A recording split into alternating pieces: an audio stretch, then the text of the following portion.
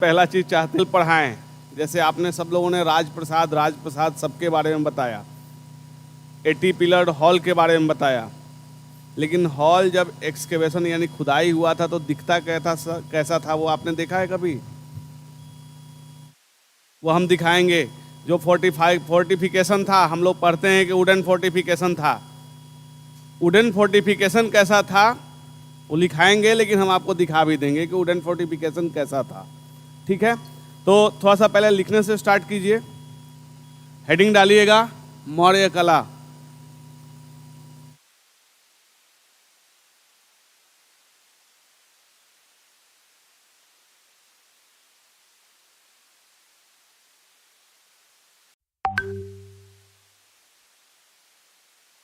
Spelling mistakes ज़्यादा नहीं हो, क्योंकि मेंस में ये सबसे इम्पोर्टेंट चीज़ हो जाता है कि आपके अंदर स्पेलिंग मिस्टेक्स नहीं हो।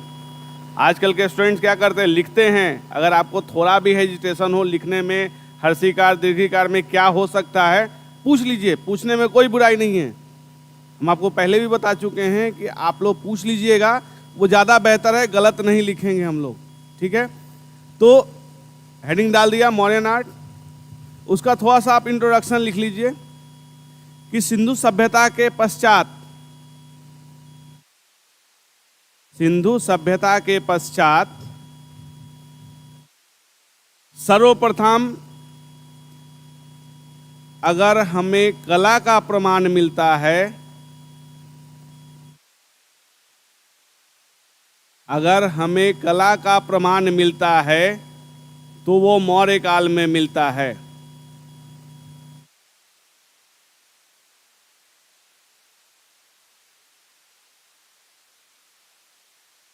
हो गया?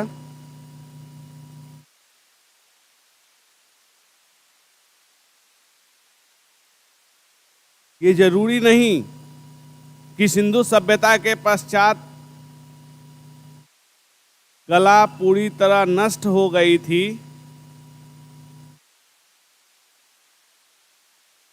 कला पूरी तरह नष्ट हो गई थी,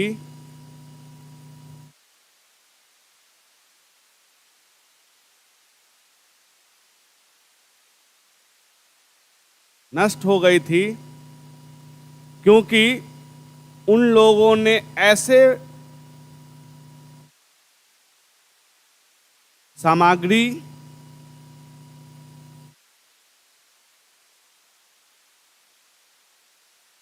सामग्री के कोष्ठ में लिख लीजिएगा,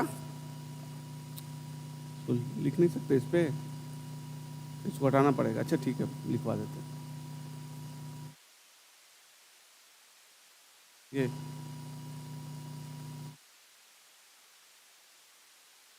ऐसी सामग्री कोष्ठ में लिख लीजिएगा, लकड़ी, घास फूस, मिट्टी,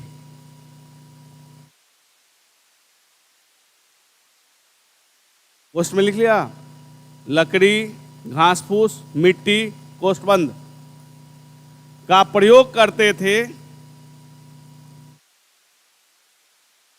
जो समय के साथ नष्ट हो गया।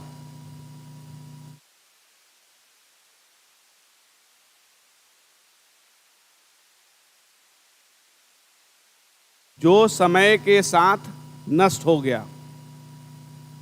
नेक्स्ट पैराग्राफ में लिखिएगा, हाँ पैराग्राफ चेंज करके, मौर्य कला को दो भागों में बांटते हैं।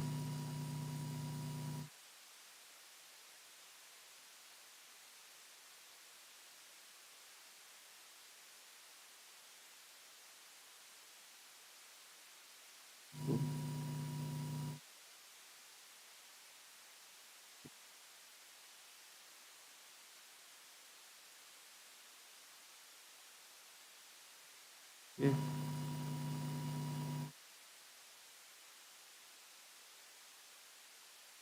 कौन सा, मुझे एक बार बता दीजिए। ये उंगली दो भागों में बांटते हैं।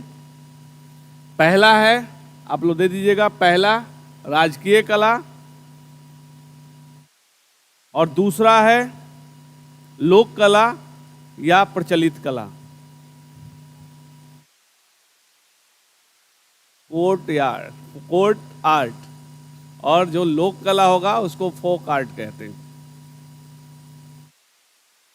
आप लोग पहले भी तो बता सकते हैं कि सर कुछ इंग्लिश में भी, तो हम टर्म इंग्लिश में लिख के लाया करेंगे। देखिए, आप हेजिटेशन क्यों कर रहे हैं मुझे ये नहीं समझ में आ रहा है। जब हम आपके साथ कोई हेजिटेशन नहीं रख रहे हैं, आपके अंदर क्यों हेजिटेशन आ रहा है? देखिए, हम आपको पढ़ाने के लिए आए हैं, और पढ़ाने का एक ही विधि होता है कि जिस विधि से हम आपको सेटिस्फाइड कर दे पढ़ा के, वो विधि सबसे अच्छा होता है।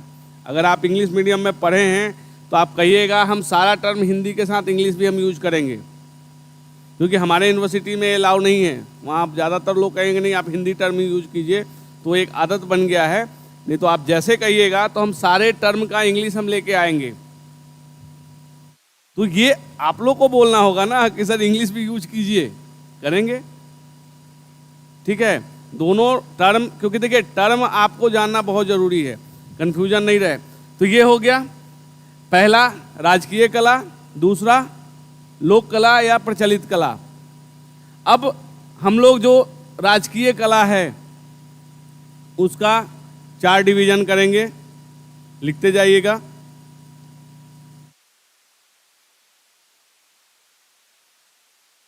राजकीय कला देख लिख के, राजकीय कला और लोक कला। जैसे आप क्या कीजिए, एक तरफ जैसे ये राजकीय कला हो गया, एक तरफ इधर लेके लोक कला लिख दीजिएगा। एक तरफ राजकीय कला और एक तरफ लोक कला। एग्जाम में लिखने का पैटर्न यही रहेगा, 2 भागों में बांटते हैं, सीधे वहां से लेके एक तरफ लोक कला और एक तरफ राजकीय कला, ऐसे आपका रहना चाहिए।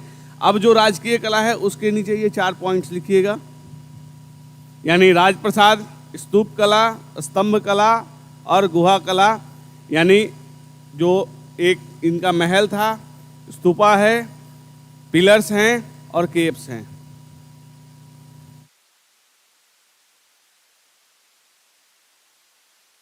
बस लिखने का वही तरीका रहेगा, जैसे बताएं, एक तरफ ले जाना है लिखने के लिए, क्योंकि इससे क्या होगा कि जो आप लिख रहे हैं, देखिए मेंस में आपको कहानी नहीं लिखनी है।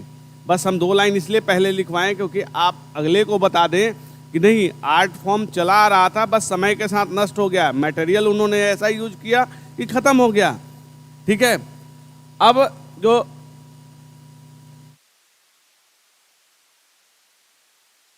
लोक कला में है तो लोक कला की तरफ लिख के और ये 2 हेडिंग डाल दीजिएगा, क्योंकि मूर्ति कला में यक्ष, यक्षी, नारी, बालक, खिलौना, इन सब के बारे में आता है।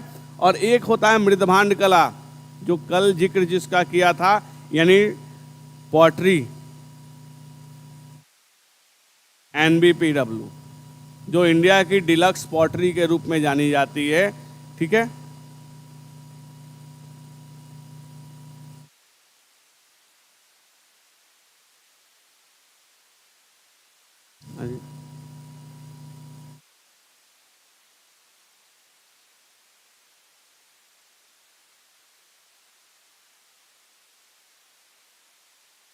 लिख लिया? हाँ, थोड़ा सा स्पीड चलेगा।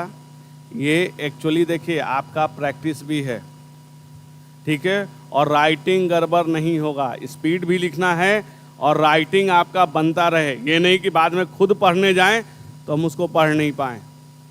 इतना बढ़िया से साफ साफ लिखिए, फर्क फर्क लिखिए कि कॉपी सुंदर लगे देखने में। देखिए मेंस और कुछ नहीं है, आप राइटिंग को कितना अच्छे से सजा के दे रहे हैं वहाँ पे, ये इंपॉर्टेंट है आपका। आप सिर्फ पॉइंट्स लिखेंगे, राइटिंग अच्छी रहेगी, मैक्सिमम मार्क्स आपको मिलेंगे। ठीक है, ये हमेशा याद रखना है। तेज भी लिखना है और राइटिंग गड़बड़ नहीं हो। अगर आपका अक्षर नहीं बैठता है फिर भी आप साफ साफ लिखने की कोशिश करें। ये नहीं कि अब एक ही पेज में हमको सब हटा देना है, तो वो सब नहीं करना है। यहाँ आप एकदम साफ साफ लिखें कि पढ़ सके, कोई भी अगर कॉपी उठा कर देखे तो लगे कि नहीं अच्छे बच्चे का कॉपी है। ठीक है, हो गया। ये नेक्स्ट पैराग्राफ में लिखिएगा। जैसे ये पॉइंट्स खत्म हुए, नेक्स्ट पैराग्राफ में शुरू कीजिएगा। मौर्य काल में राजनीतिक स्थिरता राजनीतिक स्थिरता, थोड़ा सा छोड़ के आप लिख सकते हैं इंग्लिश में। किसी ने बोला ही नहीं था इसलिए हमने इंग्लिश में तैयार ही नहीं किया इस चीज़ को। नेक्स्ट क्लास से हम कोशिश करेंगे आपका कि हम आपके लिए इंग्लिश में भी कुछ कुछ तैयार कर दें। ठीक है, कोशिश करते हैं।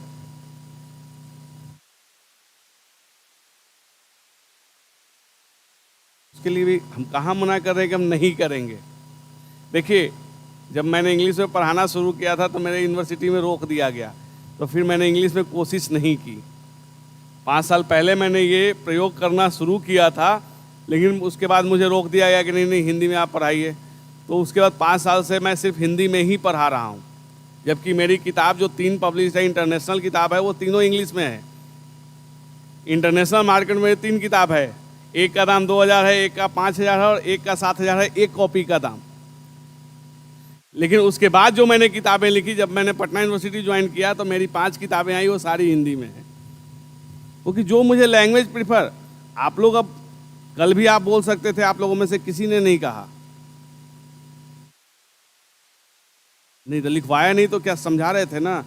अगर आपको कोई भी प्रॉब्लम है, हम तो आपसे साफ साफ कह रहे हैं कि आप लोग बातें करिए। हम तो कभी आपको ये नहीं कह रहे हैं कि आप कुछ पूछिए नहीं मुझसे। अगर आपको ऐसा है, हम कोशिश करेंगे। देखिए, थोड़ा सा शुरुआत में मुझे दिक्कत होगी, फिर दिक्कत नहीं होगी और आप लोग को टर्म्स सारे समझ में आने लगेंगे, इसकी गारंटी है। आप इसके लिए चिंता मत कीजिए। अभी पहला दूसरा ही क्लास है, आपको प्रॉब्लम नहीं होगा। जो इंग्लिश मीडियम के हैं उनको भी, ठीक है। पहले आज हिंदी मीडियम में कर लेते हैं, नेक्स्ट क्लास से मैं कोशिश करूंगा कि आपके लिए इंग्लिश में भी मटेरियल तैयार कर लूं, ठीक है। तो राजनीतिक स्थिरता, आर्थिक संसाधनों की उपलब्धता,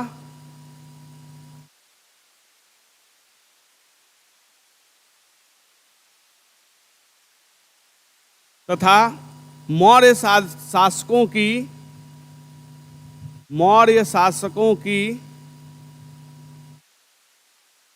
व्यक्तिगत अभिरुचि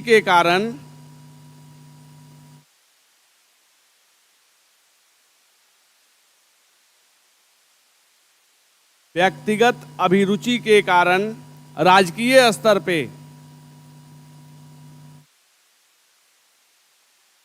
कला एवं संस्कृति का संपूर्ण विकास हुआ। कला एवं संस्कृति का संपूर्ण विकास हुआ।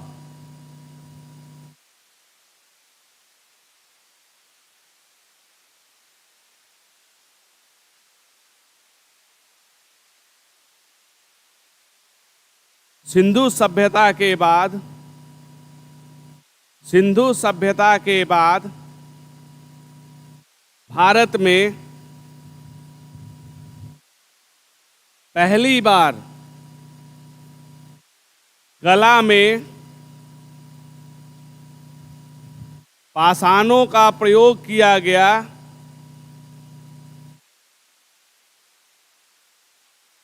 जिससे कला में अस्थायित्व प्रदान हुआ। जिससे कला में अस्थायित्व प्रदान हुआ।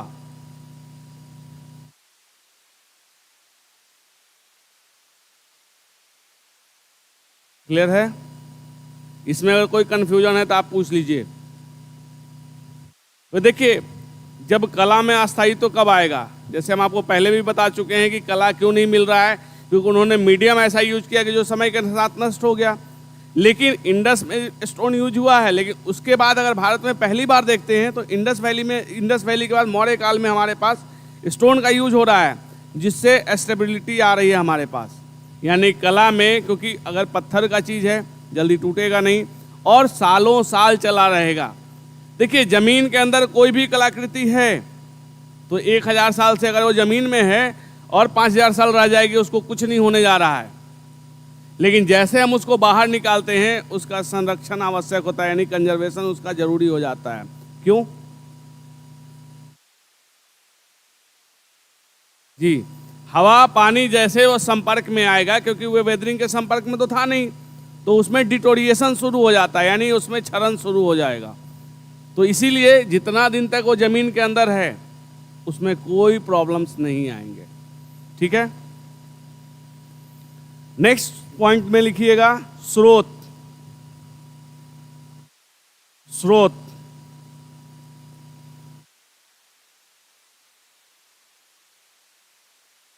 तो स्रोत में हम लोग 4 स्रोत का वर्णन करते हैं, जो कल मैंने बताया था आपको।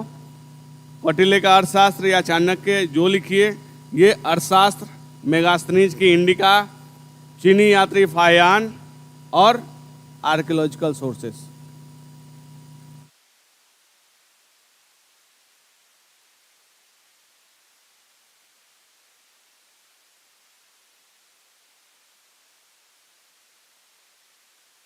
मेंस के एग्जाम में इसको डील नहीं करना है, बस ये 4 स्रोत दे दिए, क्योंकि आपको सिर्फ बताना है कि मुझे स्रोत पता है।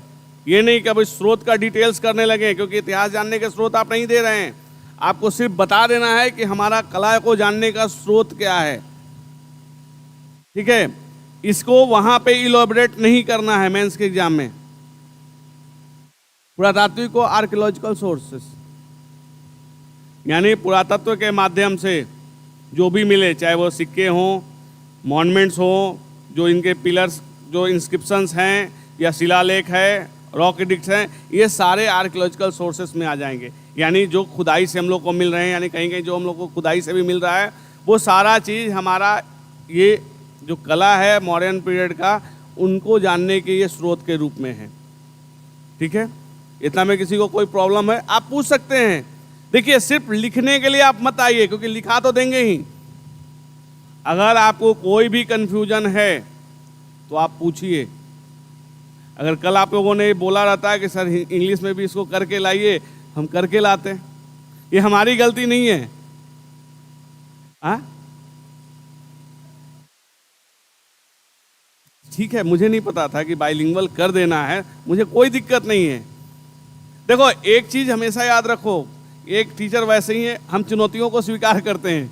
अरे कोशिश करने में क्या जाता है, हम कहें ना कि देखो, अगर हम नहीं अंग्रेजी अच्छा से बोल पाए, तुम किसके पास जाकर शिकायत करोगे? किसी के पास नहीं। मेरे किस सर्किल में तुम लोग जान रहे हो, कोई फर्क नहीं पड़ने जा रहा है। लेकिन हाँ, हम कोशिश ये करेंगे कि सारे जो टर्म हैं उनको इंग्लिश कर दें, तो आपके लिए बेहतर रहेगा। क्योंकि हमारे यहाँ जो कॉलेजेस में जो बच्चे हैं जो इंग्लिश मीडियम के हैं, उनको बस उनका यही कहना होता है कि सर टर्म बता दीजिए, हम लोग उसको एलोबरेट कर लेंगे। ठीक है, तो ये हो गया। अब है नेक्स्ट, फिर लिखिएगा कि विषय वस्तु। मौर्य कला मत लिखिएगा, सिर्फ हेडिंग डालिएगा विषय वस्तु।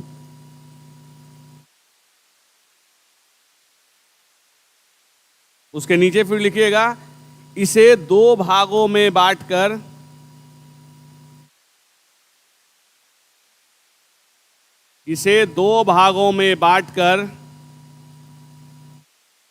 देखा जा सकता है। ठीक है, अब क्या करना है कि बीच से एक लाइन ले आना है। ठीक है, बीच से एक लाइन ले आइएगा, एक तरफ लिख दीजिएगा धार्मिक और एक तरफ, दूसरी तरफ गैर धार्मिक। एक तरफ है रिलीजियस और दूसरी तरफ है नॉन रिलीजियस। धार्मिक आप जान रहे हैं, आजीवक धर्म, धार्मिक के नीचे आजीवक धर्म और बौद्ध धर्म आप लिख लीजिए।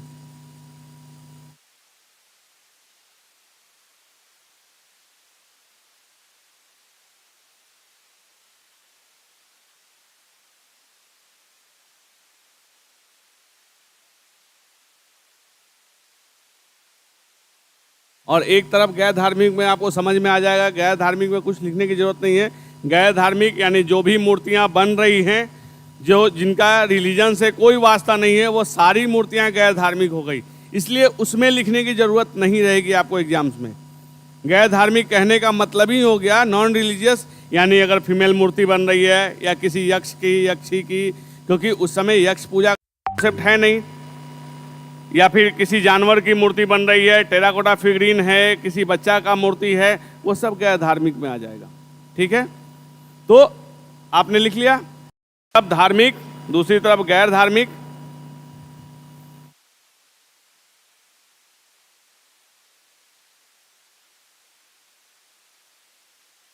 अब हम आते हैं आगे, जो पहला हेडिंग आप डालेंगे, इसके बाद राजकीय कला। राजकीय कला, तो राजकीय कला में सबसे पहले हम लोग जो लिखेंगे एग्जाम्स में, राजकीय कला देने के बाद 1 नंबर दे के हम लोग लिखेंगे राजप्रसाद।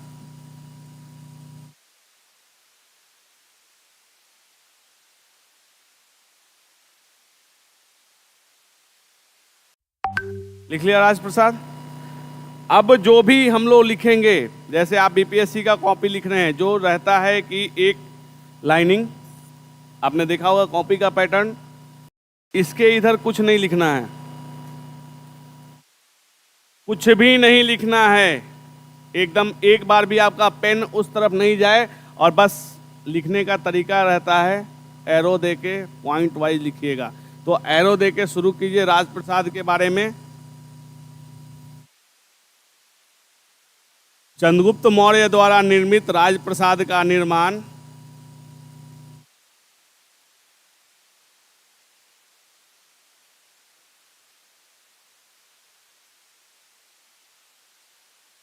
पटना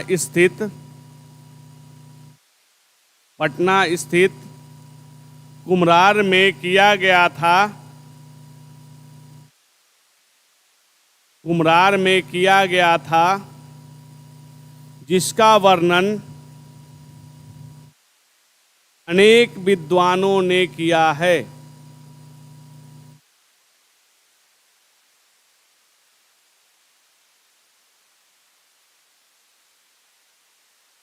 ठीक है, नेक्स्ट फिर से दीजिएगा एरो।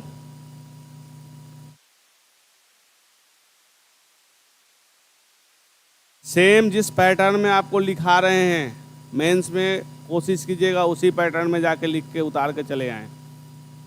पैटर्न यही रहेगा ताकि आपको मार्क्स मिले। वो कुछ नहीं, वो सिर्फ पॉइंट्स पड़ता है, क्योंकि मेंस की कॉपी पढ़ के जांच की जाती है। यूनिवर्सिटी की कॉपी नहीं है कि वित्ता से नाप लिया, कितना लिखा है, नंबर बैठा दो। ये हमेशा याद रखिएगा, लिखने का पैटर्न वही होना चाहिए। क्योंकि हम लोग यूनिवर्सिटी का कॉपी चेक करने जाते हैं, 5 पेज लिख ले है तो चलो उसको अच्छा नंबर दो, 2 पेज लिखा है, मैटर पढ़ता कौन है? क्योंकि एक कॉपी पे 30 रुपया मिलता है, तो जितना जल्दी कॉपी चेक करो। ये चूंकि देखो, जो कॉपी चेक करने जाते हैं, कॉपी कभी पढ़ के चेक नहीं करते हैं। जो एग्जामिनर जा रहे हैं कॉपी चेक करने, मैक्सिमम एग्जामिनर एक आध लाइन पढ़ते हैं, चेक करके चले जाते हैं। लेकिन बीपीएससी की कॉपी पढ़ के चेक की जाती है, इसीलिए आप जितना अच्छे से उसको सजा सकते हैं आप सजा दीजिएगा। नेक्स्ट पॉइंट में लिखिएगा, यूनानी यात्री एरियन ने कहा है कि, यूनानी यात्री एरियन ने कहा है कि, इन्वर्टेड कमा में लिखिएगा, डबल इन्वर्टेड कमा, इसकी महत्ता की बराबरी, इसकी महत्ता की बराबरी न तो सूसा, न तो सूसा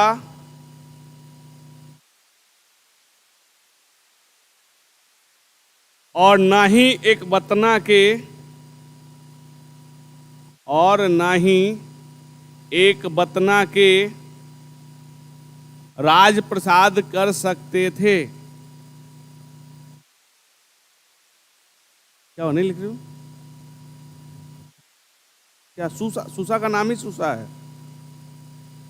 सूसा और एक बतना उस शहर का नाम है जो ईरान के संस्कृति में है। दोनों वो टर्म ही इंग्लिश है, इंग्लिश या हिंदी जो भी कहो वो नाम है। सूसा और एक बतना के राजप्रसाद कर सकते थे। इन्वर्टेड कमा बंद कर दीजिएगा।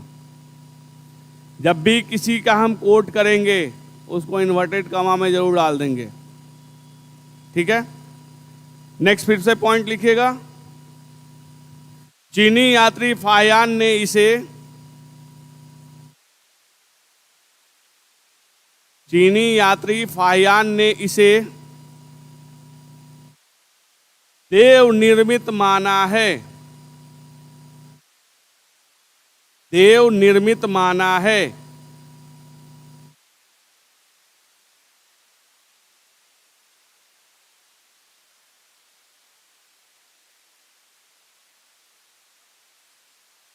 नेक्स्ट फिर से पॉइंट लिखिएगा, देव निर्मित जिसको लिखेंगे तो देव निर्मित को सिंगल इन्वर्टेड कॉमा में रखेंगे।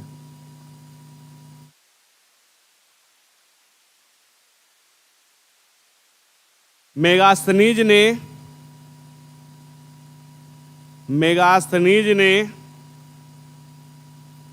अपनी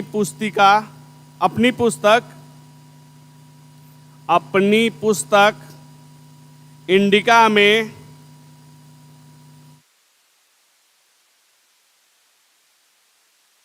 पाटलिपुत्र नगर के बारे में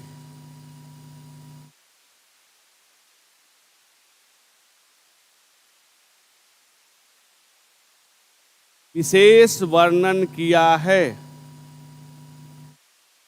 किया है के बाद हाइफन दे दीजिएगा, किया है। अब एरो नहीं देके डॉट लिख के करिएगा, डॉट देके अब जो 3-4 पॉइंट देंगे, क्योंकि ये सारे मेगास्थनीज की इंडिका का लाइन हम आपको लिखवा रहे हैं, ठीक है। लिखिए, चंद्रगुप्त मौर्य का राजप्रसाद,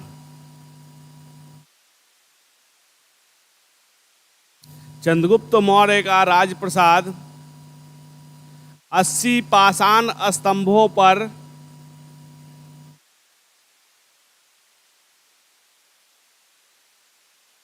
80 पाषाण स्तंभों पर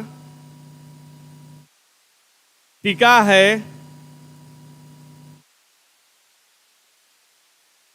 है, जिसकी लंबाई व चौड़ाई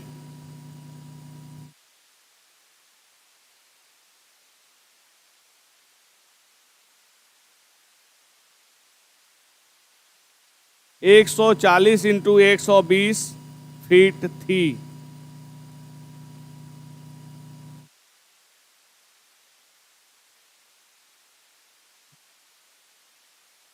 लिख लिया?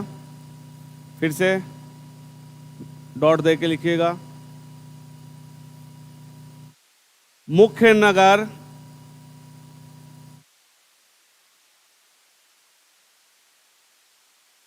लकड़ी के बने प्राचीरों, यानी लकड़ी का फोर्टिफिकेशन वाल रहेगा, प्राचीरों, कोष्ट में चार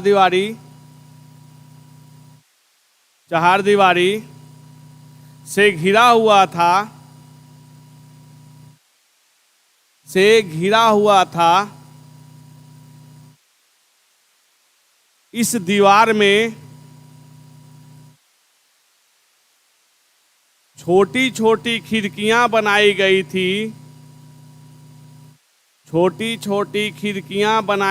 थी, जो तीर चलाने के काम आता था।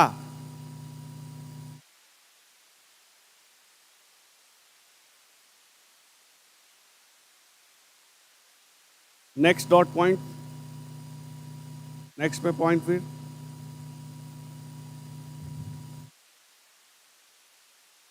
दीवार के चारों तरफ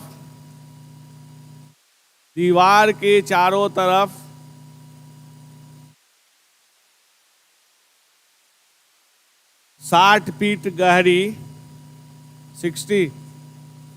60 फीट गहरी तथा 600 फीट चौड़ी 600 फीट चौड़ी खाई होती थी।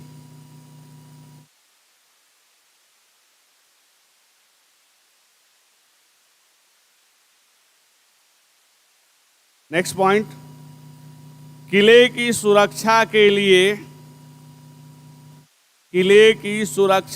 लिए 570 बुर्ज थे। बुर्ज का मतलब वॉच टावर, बुर्ज थे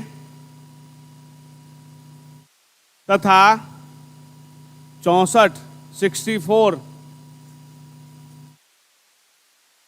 प्रवेश द्वार थे, यानी एंट्रेंस गेट 64 था। राज प्रसाद के बारे में बस आपको इतना ही मेंस में लिखना है, इससे ज़्यादा के चक्कर में आप मत पड़िएगा, क्योंकि देखिए लिखना है बस सिर्फ पॉइंट वाइज। आप लोग मैक्सिमम लोग जो रूलिंग कॉपी यूज कर रहे हैं मत कीजिए, क्योंकि आपके मेंस में वहाँ नहीं मिलेगा लाइनिंग वाला कॉपी। जो लोग भी यूज कर रहे हैं, अगर आप लोग सही में तैयारी कर रहे हैं मेंस के लिए, तो रूलिंग कॉपी मत यूज कीजिए। क्या होता है कि जैसे हम लोग सादा कागज पे लिखते हैं ना, तो हम लोग तिरछा भागते जाते हैं, वो आपका कंट्रोल अभी से करना होगा। और जैसे पैटर्न बता रहे हैं, लिखने का पैटर्न आप लोग मत बदलिए, सेम पैटर्न पे रखिए, ठीक है।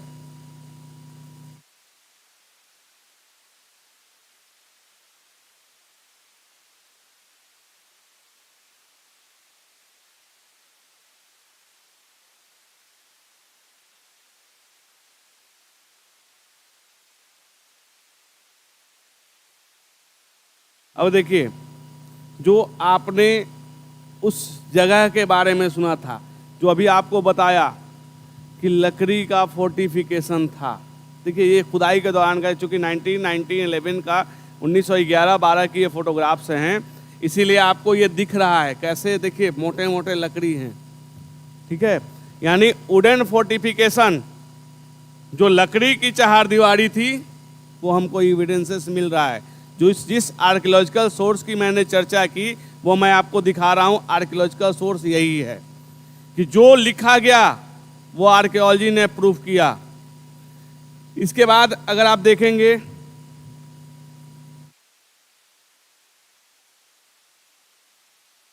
अब आपने 80 पिलर्ड हॉल के बारे में सुना था, शायद बहुत लोग गए होंगे जो कुम्हरार, तो मैं भी देखे हों,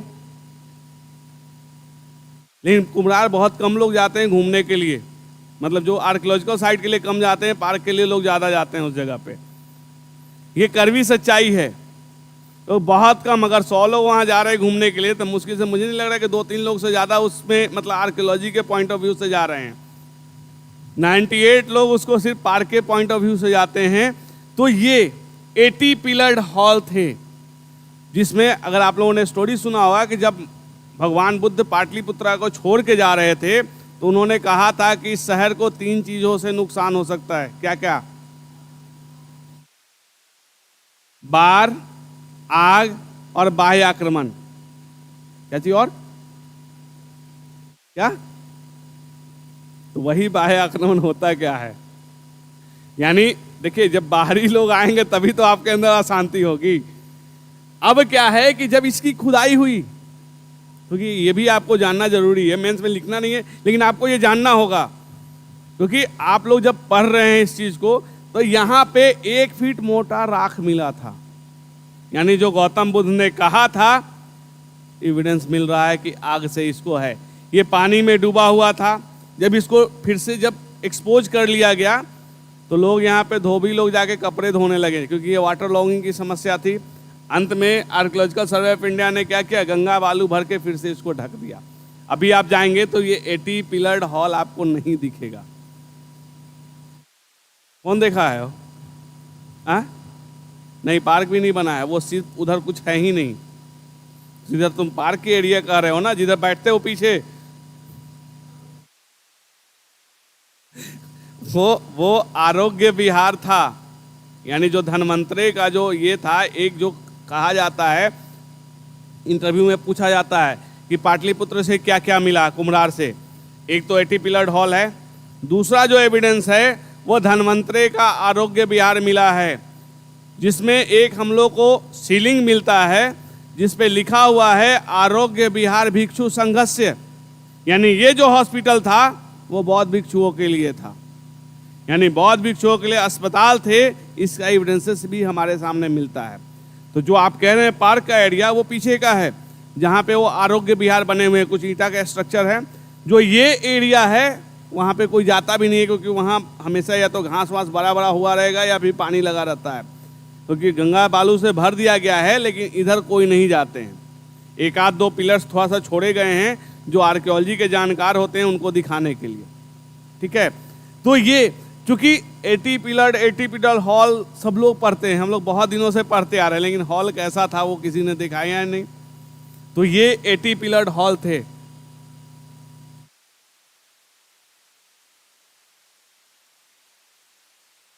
जब ये खुदाइयां हो रही थी, देखिए जब फोर्टिफिकेशन बनता है, ये फोर्टिफिकेशन का है। आप देख रहे हैं ये वुड कौन सा यूज किया गया है?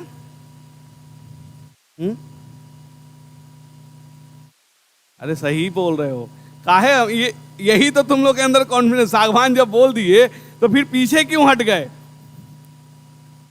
फिर दोबारा हम बोले तो उसके बाद आवाज क्यों नहीं निकल रही है?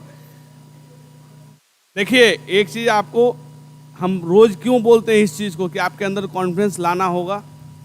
हम लोग क्या करते हैं ना कि सही भी बोल देंगे ना, अगर अगला टीचर पूछ दिया सही कंफर्म हो, कितनों कंफर्म है, तो फिर हमारा कॉन्फिडेंस लेवल उसी समय गिरता है। वही तो नहीं गिरने देना है आपका कॉन्फिडेंस लेवल। अगर हम जान रहे हैं कि हाँ सागवान के वृक्ष का है, ये है तो है। तो ये चूंकि देखिए जो खुदाइयां हो रही थी, क्योंकि मेरी भी जब जिज्ञासा था, हम जब पढ़े थे ना, तो हम पटना म्यूजियम में गए तो एक लकड़ी देखे मोटा सा रखा हुआ था, जो ऊपर में एक गैलरी था वहाँ पे। हम कहे कि एक गैलरी से लोग कैसे कह सकते कि फोर्टिफिकेशन था? जाहिर सी बात है कि एक दिमाग में तो आता है, क्योंकि ये तो फोटो मैंने उस समय देखा नहीं था। हम आगे डायरेक्टर से कहें कि सर एक लकड़ी के आधार पे कैसे कह सकते हैं? तो बोले कि एक काम करो, तुम फ्राइडे को आना म्यूजियम। फिर से गए, क्योंकि जिज्ञासा थी। तो उन्होंने जब स्टोर खोला तो सारे ये लकड़ी उठा के पटना म्यूजियम के स्टोर में रखे हुए, बहुत सारा लकड़ी था। और आज से 2300 साल पहले का लकड़ी आज भी पूरी तरह सुरक्षित है, क्योंकि ये सब जो लकड़ी है ना, वो सालों तक पानी में रह जाएगा तो भी नहीं खराब होगा। क्योंकि पहले ट्रेन की जो पटरी बनती थी, जो अभी सीमेंटेड जो स्लैब दिए जाते हैं, वो पहले वही लकड़ी दिए जाते थे। तो ये चीज है।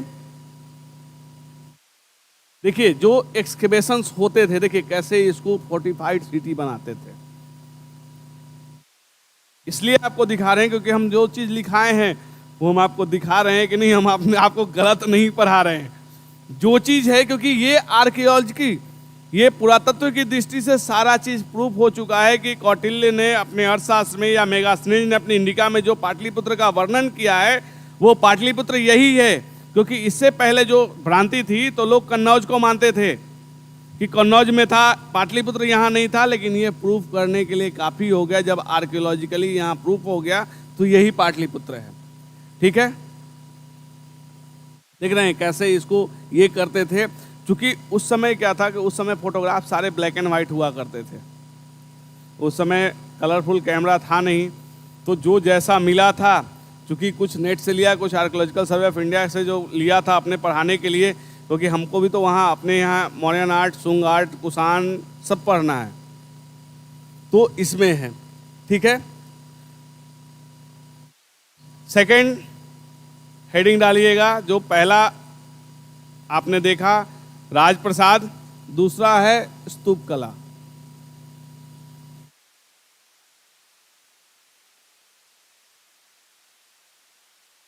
अगर पॉसिबिलिटी हो तो स्तूप का फोटोग्राफ जरूर बनाएं। बना लेंगे नहीं तो बना दीजिए ना। अभी कल करे सो आज कर, ऐसा नहीं कि आज करे सो कल कर, कल करे सो परसों, इतनी भी क्या जल्दी है, जीना है भी वर्षों, वो नहीं। कल करे सो आज कर, आज करे सो अब। अगर बना सकते हैं तो आप बनाइए, क्योंकि एग्जाम्स में आपको अच्छे नंबर देगा। बनाओ।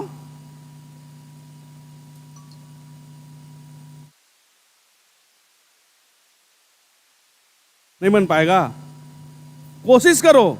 देखो एक चीज हमेशा हम आपको बार बार कह रहे हैं ना कि कोशिश करने में कोई बुराई नहीं है। हम यही आपको रोज यही कहते हैं ना कि हम आप में से कितने के बारे में जान रहे हैं। अगर तुम नहीं भी बना पाओगी तो हम किससे जाके कहेंगे? ना तुम्हारा नाम जान रहे हैं, ना तुम्हारा घर जान रहे हैं, हम किससे जाके कहेंगे कि नहीं बना पाई? कोशिश करो ना। पहले ही तुम लोग हथियार डाल दे रहे हो। कोशिश करना है। देखिए हमारी क्लास में एक सबसे पॉजिटिव है कि हम हमेशा पॉजिटिव रहते हैं। हम आपसे करवा लेंगे, यह गारंटी है। आप करना चाहिए, नहीं करना चाहिए, आपको बनाना पड़ेगा। बनाइए अपने कॉपी में, और नहीं ज़्यादा लिख सकते हैं तो कम से कम ये छत्र लिखिएगा, हर्मिका लिखिएगा, प्रदक्षिणा पथ लिखिएगा, ये जो पार्ट होता है अंड वो लिखिएगा। ये 4-5 चीज का जिक्र कर देना है।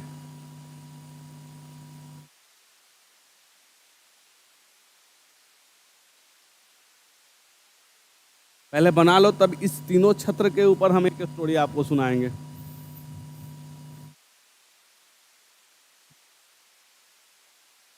कोशिश कीजिए, अच्छा कर सकते हैं, क्योंकि एग्जाम्स में जितना डायग्राम आप मेंस में बना सकते हैं, मार्किंग अच्छी आएगी।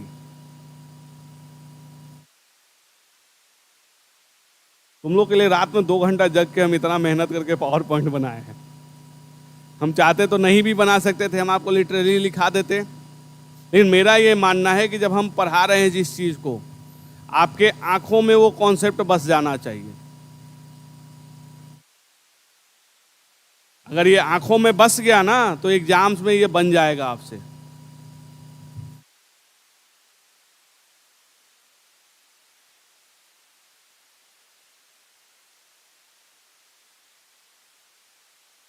ये फोटोग्राफ्स मैंने इसलिए लिया था कि इसको स्तूप में आइडियल माना जाता है। ये सांची स्तूपा है।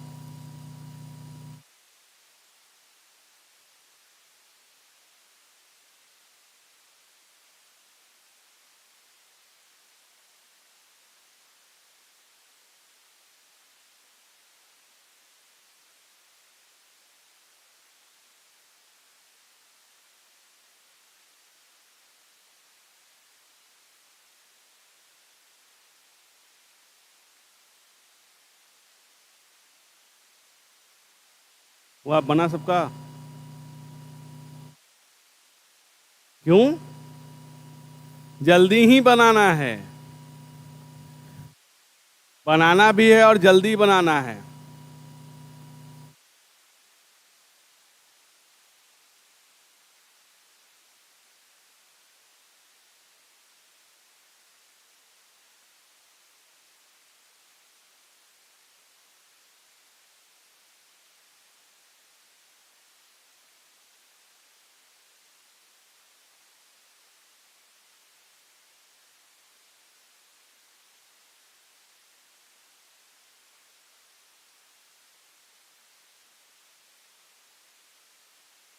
देखो, हर स्तूप में एक प्रदक्षिणा पथ होता है, लेकिन यहाँ सांची स्तूप की खासियत है कि यहाँ 2 प्रदक्षिणा पथ हैं।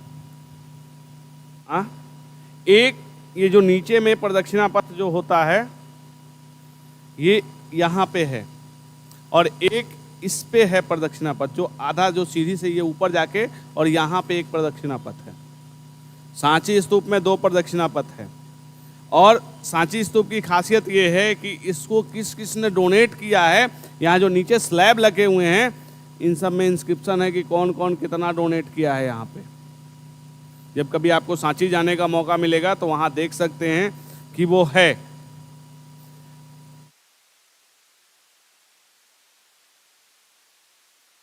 प्रदक्षिणा पथ यानी अगर आप मंदिर को देखते हैं, चारों तरफ जो घूमने का जो होता है ना, उसी को प्रदक्षिणा पथ कहते हैं।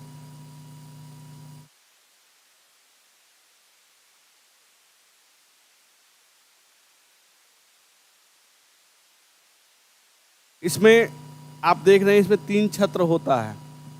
कोई इस 3 छत्र का मीनिंग बता पाएगा?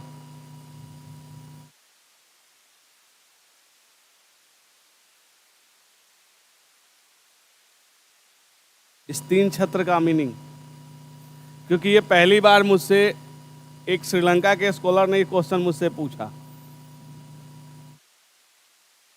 अब मेरा भी दिमाग घूम गया कि करें क्या। देखो, कोई क्वेश्चन पूछता है ना, तब मुझे रहता है कि नहीं, इसके बारे में जानकारी पूरा ले लो। हाँ, नहीं, त्रिपिटक का बात नहीं है। तो बस थोड़ी देर ऑनलाइन हुए, उसके बाद कहें कि नहीं, मैं अभी मतलब ऑफिस में व्यस्त हूँ, क्योंकि झूठ तो बोलना था ही, क्योंकि ये तो नहीं कह सकते हैं ना। क्योंकि देखिए, आपने अगर पीएचडी कर लिया यानी आप हर चीज़ में परफेक्ट हैं, ये दुनिया जानती है। भले यहाँ भले लोग जानते हैं कि पीएचडी एक डिग्री है, लेकिन आप आउटसाइड इंडिया जब जाएंगे तो यानी आपने डॉक्टरेट कर लिया, यानी आपने हर चीज़ में महारत हासिल कर ली है। अब वो इसका बारे में जानना चाह रहे थे, पूरा नेट सर्च कर लिया कहीं नहीं मिल रहा है, करें क्या। बाद में नहीं जब कहीं मिल रहा है तब बुद्धिज्म का बहुत, क्योंकि मेरे पास लगभग 1000 किताबें हैं, मेरा खुद का कलेक्शन। कभी भी मैंने पीएचडी के दौरान भी कभी किसी लाइब्रेरी को नहीं देखा, क्योंकि अपनी लाइब्रेरी मेरे पास है, 1000 किताब है मेरे पास। क्योंकि जो भी मैंने स्कॉलरशिप मुझे मिलते गया, जो पैसा बचता था खाने के बाद, वो सब किताबों में लगा दिया। इसलिए आज मेरे पास बहुत ज़्यादा कलेक्शंस है। तो देखो इसमें क्या होता था, आप भी जान जाइए कि ये तीनों का क्या मतलब होता है, ये जो छत्र हैं तीन। क्योंकि देखिए बौद्ध धर्म में सबसे बड़ा कौन?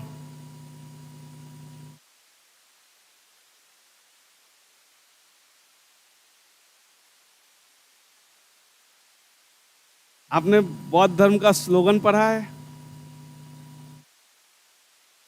बस इसका कॉन्सेप्ट वही है, बुद्ध, बुद्ध से बड़े धम्म और सबसे बड़ा संघ। बस इसका यही मतलब था, इतना इजी था, लेकिन लोग नहीं। क्योंकि आपने जब उस स्लोगन को देखे तो सबसे पहले क्या होता है, बुद्धम शरणम गच्छामि, धर्मम शरणम गच्छामि और संघम शरणम गच्छामि। यानी बुद्ध से बड़ा धम्म है और धम्म से बड़ा बाद में जाके संघ हो जाता है। जब वो संघ की स्थापना करते हैं तो ये जो सिम्बॉस है, त्रिरत्न है, ये इसके जो तीनों छत्र का ये मतलब होता है। चूंकि हमको नहीं, बाद में हम इनको इलेबोरेट कर दिए, जितना बताना था इसके बारे में तब हम खुल के बता सकते थे कि ये मतलब क्या होता है, कैसे बड़े हो गए। तो वो स्टोरी बताना है तो इजी वे में, जब पता चल गया कि आंसर क्या है, कर सकते हैं। ठीक है, यहाँ पे अगर आप देखेंगे तो सांची का जो तोरण द्वार है, तो देखिए सांची में जो स्टोन यूज किया गया है, तो एक चीज हमेशा याद रखिए, मौर्य काल में स्टोन कहाँ से आया है सबसे ज्यादा? मौर्य काल में जो स्टोन की कलाकृतियां हुई है, जो बनाया गया है आर्ट फॉर्म, वो पत्थर कहाँ से आया है? राजस्थान से। कौन है राजस्थान वाले? चुनार कहाँ है? उत्तर प्रदेश में न चुनार है कि राजस्थान ले जाओगे। लेकिन सांची स्तूप की खासियत यह है कि यहाँ जो स्टोन लगाए गए हैं वो चुनार सैंड स्टोन नहीं है, वो वहाँ पे एक नागौरी हिल है, वहाँ से उस पत्थर को काट के यहाँ पे लगाया गया है। नागौरी हिल, जिसके बारे में कहा जाता है कि वो नागों की पहाड़ी हुआ करती थी। आज भी बहुत बड़ा नाग का मूर्ति है, हम भी गए उस मूर्ति को देखने के लिए, लेकिन देख नहीं पाए क्योंकि जब तक करीबन 80 फीट ऊपर गए तो सामने प्रत्यक्ष वाला मिल गया, कैमरा ऑन था, हिम्मत नहीं कर रहा है कि फोटो खींचे, हम काट ले गिर के तो नहीं मरेंगे, क्योंकि इतना बड़ा सांप हमने आज तक जिंदगी में नहीं देखा। जो अटेंडेंट लेके गया, बोला सर आप इनको प्रणाम कर लीजिए, 40 साल से नौकरी कर रहे हैं, हमको कभी दर्शन नहीं हुआ। मैंने कि मरता क्या नहीं करता, प्रणाम कर लो, ऐसे भी काट लेगा तो मरने का कोई उपाय नहीं है। क्योंकि जब वो फन पे आया सांप तो इतना बड़ा फन था। तो दोबारा से जब भी हम लोग कोशिश किए, 1 महीने सांची में रहें, क्योंकि मेरा कंजर्वेशन कैंप था वहाँ पे, 1 महीना में उस पहाड़ की सबसे बड़ी खासियत थी कि दोबारा नहीं जा पाए। जब भी प्लान करते थे कि चलो 1 घंटे के बाद चलना है, अचानक से मौसम खराब, बारिश होने लगेगी, बाढ़ कुछ भी हो जाए, लेकिन उस पहाड़ पे दोबारा नहीं जा पाए। एक बार गए तो वहाँ पे क्वेरी साइट है। क्वेरी साइट का मतलब जहाँ से खादान मतलब खोद के उन पहाड़ों को लाया जाता है। तो वहाँ क्वेरी साइट कहने का मतलब फिनिश्ड और अनफिनिश्ड दोनों प्रकार के मटेरियल उपलब्ध होंगे। जैसे फैक्ट्री साइट कहने का मतलब क्या होता है, अगर सिर्फ फिनिश्ड मटेरियल हमको मिल रहे हैं तो हमारा फैक्ट्री साइट नहीं है, वो हमारा आउटलेट हो गया, यानी शॉप हो गया। फैक्ट्री साइट कहने का मतलब कुछ बन गया है, कुछ बनने की प्रोसेस में है, और रॉ मटेरियल भी हमको मिलना चाहिए, तीनों चीज़ होना चाहिए। तो ये सांची के बारे में। तो स्तूप कला लिखिए, इसमें स्तूप कला पहले फोटोग्राफ्स बनाएंगे, उसके बाद तब लिखना शुरू करेंगे।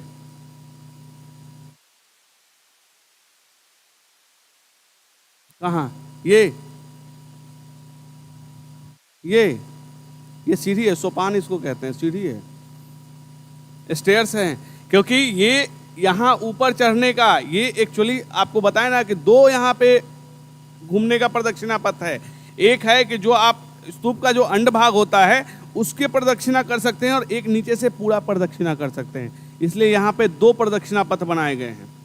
जब आप डिटेल्स, क्योंकि आपको मेंस में इतना नहीं लिखना है, लेकिन हम फिर भी आपको बता रहे हैं कि आपको ये जानकारी होनी चाहिए। ठीक है, तो लिखिए इसमें,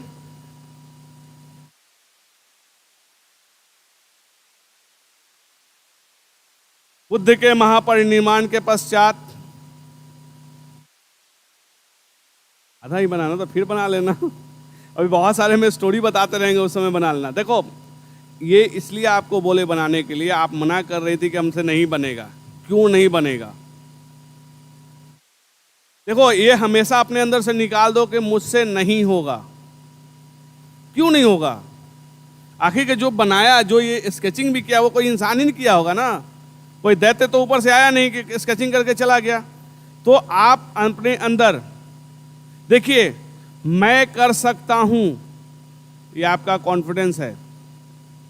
मैं ही कर सकता हूं, ये आपका घमंड है।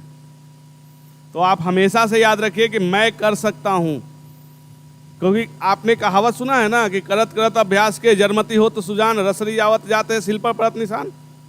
एक रस्सी को अगर लगातार पत्थर पे खींच दीजिए, रस्सी टूट जाएगा। लेकिन वही कुएं, अगर कुआं आप लोग देखे होंगे तो देखे होंगे, बाल्टी रखते रखते उस कुएं पे, उस पत्थर पे दाग हो जाता है, यानी गड्ढा हो जाता है। क्या अगर लोहे का बाल्टी एक बार पटक दीजिए, बाल्टी टूट जाएगा? पत्थर टूटेगा नहीं, लेकिन उस पर गड्ढा हो जाता है ना। बस हमको ये मेहनत करते जाना है। जब हम लोग इस फील्ड में आना चाह रहे हैं, तो हम लोग जब मेहनत कर रहे हैं, तो अपने अंदर ये नहीं कि मुझसे नहीं होगा। क्यों नहीं होगा ये तो बताइए। हम अपने लाइफ में इंटर के बाद हमारी लाइफ क्या रही मुझे कुछ भी नहीं पता, क्योंकि इतना बीमार पड़े कि 5 साल तक बीमार रहे, 5 साल तक कंप्लीट बीमार। डॉक्टर बोले, जब बोरिंग रोड में दिखाने गए थे तो दवाई दिया, तो हम बोले कि क्या चीज़ हुआ है, तो बोल रहे हैं कि बच्चा हो अभी। हमने कहिए कल मर जाओगे तो भी आज खुशी खुशी जिएंगे, लेकिन हमको बता तो ये एक्चुअली क्या था कि मुझे जुनून था फर्स्ट आने का। स्कूल टॉपर रहे थे ना, तो जो टॉप करता है ना उसके अंदर होता है ना, क्यों टॉप करना चाहता है उसके पीछे रीजन है, क्योंकि सबसे उसको प्रतिष्ठा मिलती है, सारे लोग आगे पीछे घूमते हैं उसके। ये एक फैक्ट है। जो टॉप करते हैं उनसे जाके पूछ, क्योंकि सब जगह सारे लड़के लड़कियों सब लोग उसको मतलब उसी को प्रायोरिटी देते हैं। जब हम इंटर में गए तो जो गांव में टॉप करके आया है, तो इंटर में तो जाहिर सी बात है हम खूब पढ़ते थे, रात में सोना कम हो गया, मेरे ब्रेन की नस में प्रॉब्लम आ गया नहीं सोने की वजह से। जो बीमार पड़े तो 5 साल कंप्लीट बीमार रहे। जब ठीक हुए, डॉक्टर भी बेचारा अचंभित हो गया, लास्ट में फ्री में इलाज किया, फ्री में सारा टेस्ट किया दोबारा कि इतना जल्दी कोई ठीक कैसे हो सकता है, पूरी तरह नॉर्मल। बोला कि मेरे लाइफ में पहली बार है कि कोई 5 साल में पूरी तरह नॉर्मल हो जाए। हम बोले कि देखिए आपने कहा था कि ठीक होना तो एक चीज़ करो, खुश रहो। जब पता ही है कि कल मर ही जाएंगे, सब लोग मरने के लिए आया है, तो हम आज से काहेला दुखी हो, जिस दिन तक मरना हो मर जाएंगे, लेकिन खुशी खुशी जिए। जब पूरी तरह ठीक हुए तब मुझे ध्यान आया कि अरे मैंने तो आज तक कॉलेज किया ही नहीं। सोच लो कैरियर कहाँ से टर्न लेता है।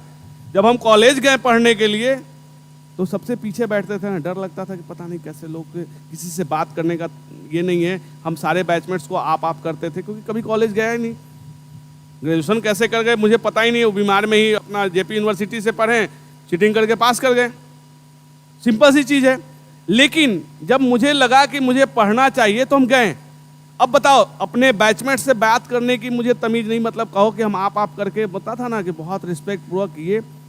लेकिन धीरे धीरे हुआ, जब पढ़ना शुरू किए, कुछ कुछ टीचर्स मुझे वैसे मिले, जो होता है ना कि 360 डिग्री पर तुमको घुमा के और पढ़ने के लिए प्रेरित किया, वैसे मुझे कुछ टीचर्स मिल गए जिनसे मेरा कोई संबंध नहीं, ना वो मुझे जानते थे। लेकिन एक कहावत है ना कि अगर किसी की आपको तलाश है, कोई मिल जाए, हमारे टीचर्स मिल गए और तलाश दिया।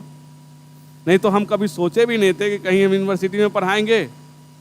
जो बच्चा गांव से बचपन से लेकर एमए तक शुद्ध हिंदी मीडियम में पढ़ा, वो कभी सोच सकता है कि हम श्रीलंका में जाके एक सेशन में चेयरपर्सन रहेंगे, वहाँ लेक्चर्स देंगे और सारे विदेशी हमारा लेक्चर सुनेंगे, इतिहास अकादमी ढाका में जाके बोलेंगे? अगर हम ये पहले सोचे रहते, कर पाते। हमारी इच्छा शक्ति बढ़ती गई और आज कॉन्फिडेंस ऐसा है कि कहीं भी हम बोल सकते हैं। अरे नहीं आएगा तो क्या करेगा, कोई शिकायत करके मेरा क्या कर लेगा। इसीलिए आप कॉन्फिडेंस को मत लूज होने दीजिए। हम हर जगह पढ़ाएं, निफ्ट में जाके पढ़ाएं। निफ्ट में भी ज्वेलरी के ऊपर पढ़ाना रहता है, इंडस वैली के ज्वेलरी, तो हमको वहाँ क्लास मिलता है, तो तो वहाँ भी हम विजिटिंग प्रोफेसर के रूप में काम कर रहे हैं। तो देखिए एक चीज़ और होता है ना कि आपके अंदर का कॉन्फिडेंस, नौकरी देखिए आप सब में पढ़ाई की कोई कमी नहीं है, आप लोग दिन रात पढ़ रहे हैं, बस सिर्फ कॉन्फिडेंस को ले आइए, आप रिजल्ट ले आइए। आपको एक ही सीट से ना मतलब है कि 200 सीट आ रहा है, 200 से मतलब है आपको, बस सिर्फ अपने लिए आप एक सीट सोचिएगा ना तो आप अपना रिजल्ट ले आइएगा। तो इसीलिए सोच के आगे बस हमेशा सोचिए कि हमको कर लेना है, बस हम कर लेंगे। अगर हम थोड़ा भी डगमगा गए कि हमसे नहीं हो पाएगा तो किसी कीमत पे हमसे नहीं हो पाएगा। अगर हम सोच लिए कि करना है तो करेंगे ना, रोज मेहनत करेंगे, रोज पढ़ाई करेंगे, क्यों नहीं करेंगे। आखिर क्या बाकी सारे लोग, बहुत कम लोग होंगे ना जो लोकल पटना के होंगे, बाकी तो सारे लोग बाहर से आके यहाँ रूम लेके रह रहे होंगे परीक्षा पढ़ाई की तैयारी के लिए, एग्जाम्स के लिए। तो क्या हमारे पास दूसरा कोई ऑप्शन ही नहीं है। इसीलिए कभी भी अपने अंदर कॉन्फिडेंस लूज मत होने दो। अगर मेरी ये स्टोरी जान जाओगे तो कहोगे कि सर आप मर के भी बच गए और इतने आगे कैसे बढ़ गए। तो मेरा ये था कि हमको बनना था, हमको वहां जाना था, हम चले गए। पहली बार जब मुझे, तुम लोग मान सकते हो अभी तुम लोग से बात कर रहे हैं, हम जब अपने टीचर्स से गए थे एक बार बोलने के लिए, KP जायसवाल रिसर्च इंस्टीट्यूट का डायरेक्टर, कि सर एक पेपर मुझे पढ़ने दीजिए ना, तो पता है क्या रिप्लाई था? अरे तुम लोग से हो पाएगा, पटना यूनिवर्सिटी से पढ़े, हम लोग तो JNU BHU के बच्चों को बुलाते हैं। ठीक है, नहीं पढ़ने दिया। 2013 की घटना है, वो मुझे नहीं पढ़ने दिया। उसके उसी महीने मुझे श्रीलंकन गवर्नमेंट का इन्विटेशन आ गया। कुछ नहीं हुआ, तमाचा कैसे मारते हैं वो भी सिखा देते हैं। आ गया और लेटर लेके गए और सर को बोले कि सर जा रहे हैं वहाँ, मुझे एज ए एक्सपर्ट बुलाया है, मेरा एक पेपर है, लिख के भेज दिए हैं, वो पब्लिश भी हो गया है, लिख लीजिए हो इंग्लिश में। बोले हाँ सर पटना यूनिवर्सिटी से पढ़े हुए हैं, आप तो JNU से पढ़े हुए हैं, क्योंकि दिखाना था। गए तो बोले क्या लिखे हो? हमने सर लिखे हैं influence of Nalanda on the art of neighbouring countries. बोले कि नेबरिंग कंट्री का प्रभाव है, क्यों नहीं है हमारे नालंदा को, क्योंकि पहला विश्व का यूनिवर्सिटी नालंदा है, और नेबरिंग कंट्री पे कैसे इसका प्रभाव नहीं रहेगा। जब उनको दिखाएं तो उनको पहले विश्वास नहीं हो रहा, आराम से मिठाई उठाई लेके गए थे। ये एहसास दिलाने के लिए कि आपसे जो बच्चा 15 दिन पहले एक पेपर पढ़ने के लिए गिड़गिड़ा रहा है, आज उस बच्चे को एज ए एक्सपर्ट विदेश से बुलावा आया है और वो जा रहा है, सारा आने जाने का खर्च गवर्नमेंट बेयर कर रही है। तो ये होता है, बस उनको बता दिए। उसके बाद हमको 2-3 बार वो बुलाएं कि आ जाओ कभी एक आध मेरे यहाँ भी लेक्चर्स मिले। सर टाइम नहीं है, दोबारा उस चौखट पे नहीं जाएंगे जिस चौखट पे मुझे नहीं बुलाया गया। क्योंकि एक आइडियोलॉजी हम अपना सेट करते हैं।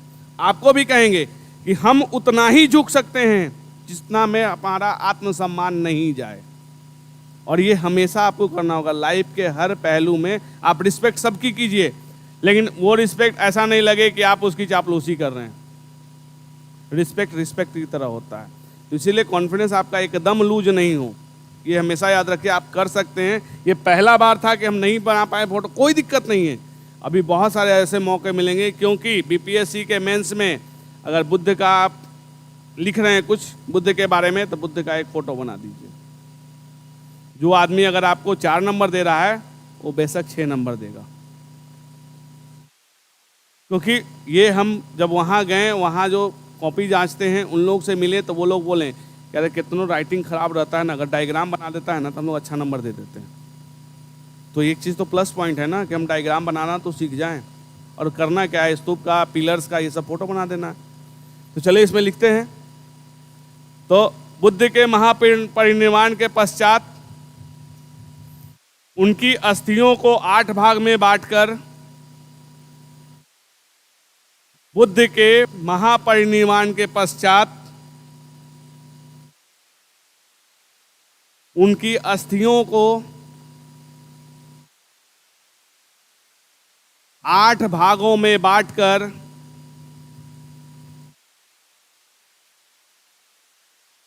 स्तूप का निर्माण किया गया।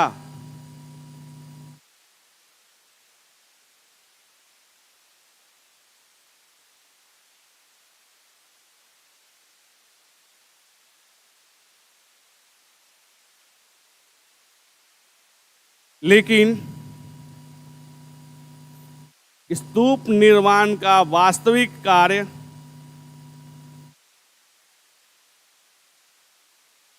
अशोक के समय शुरू हुआ।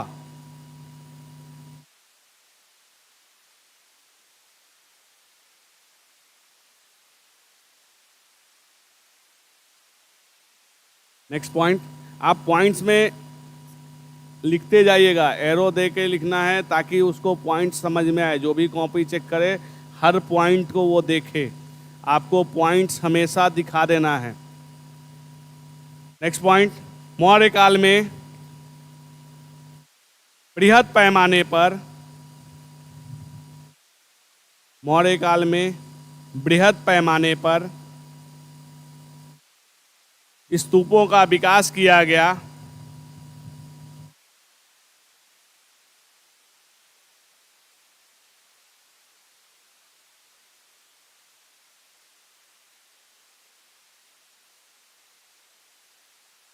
किया गया था बौद्ध ग्रंथों के अनुसार, बौद्ध ग्रंथों के अनुसार अशोक को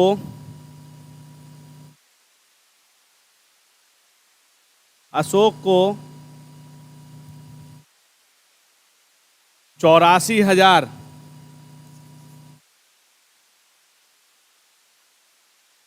84,000 स्तूपों का निर्माता बताया गया है,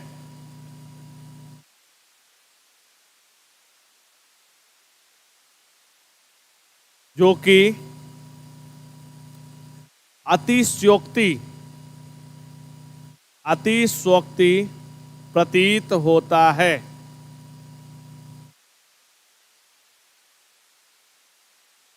यानी बौद्ध ग्रंथ लिख रहे हैं कि 84,000 स्तूप बनवाया था।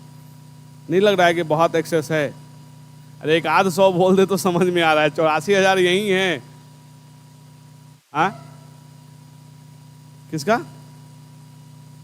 वही तो कह रहे हैं कि क्योंकि वो स्तूप बनवाता है कैसे, जो 8 मिल रहा है जो मेजर स्तूप, उसको क्या करता है, खुदवाता है और उसका जो राख निकलता है उससे वो 84,000 स्तूप बनवाता है। तो समझ रहे हो कि इतना राख निकल जाएगा, कितना टन राख था कि 84,000 स्तूप बनवा देगा।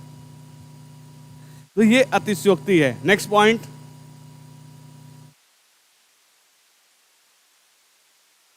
स्तूपों का निर्माण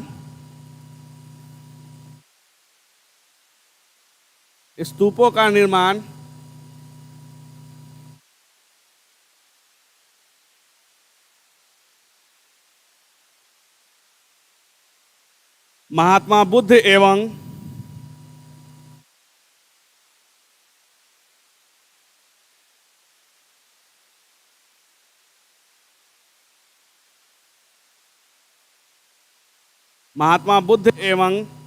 बौद्ध धर्म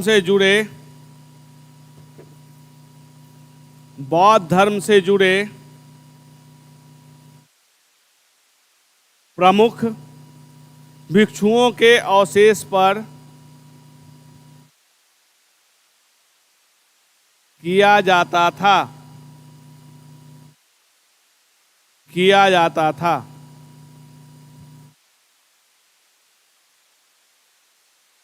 ये कोई जरूरी नहीं है कि जो स्तूप बनेगा सिर्फ भगवान बुद्ध का ही अस्थि अवशेष रहेगा, क्योंकि जो नालंदा में टेम्पल नंबर 3 है वो किसके अवशेष पे बनाया गया है?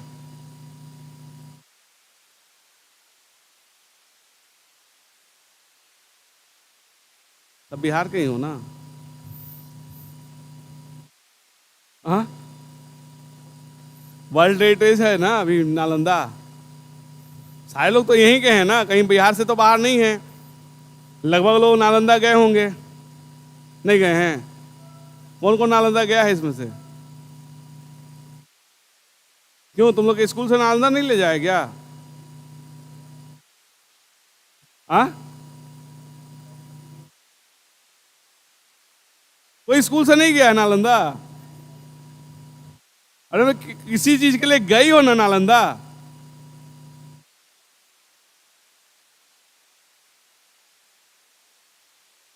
अब तुम लोग पढ़ के आना, क्योंकि अब इसका नाम हम नहीं बताएंगे। हम चाहेंगे कि अगली क्लास में आप लोग को पता रहे। हाँ,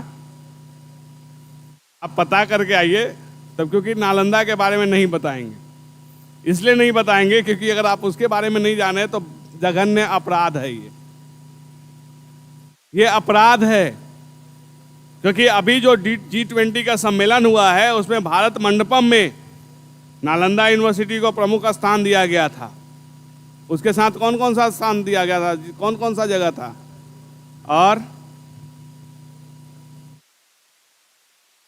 और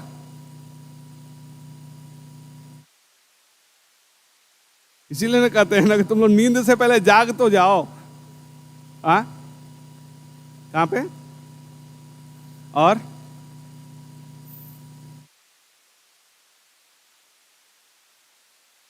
सोच भी तो लो कुछ, मतलब सारा सोचने समझने का शक्ति घर पे छोड़ के आ रहे हो, बस यहाँ सिर्फ नोट्स लिखना है। सांची स्तूप है, जबरदस्ती अब सांची पर आ रहे हैं तो सांची उसमें डाल दो। कम से कम देखिए, आपको बता रहे हैं कि जो हमारा समसामयिक चल रहा है, क्योंकि अभी G20 चल रहा है, तो हम इंटरव्यू अभी ले रहे थे बहुत बच्चों से।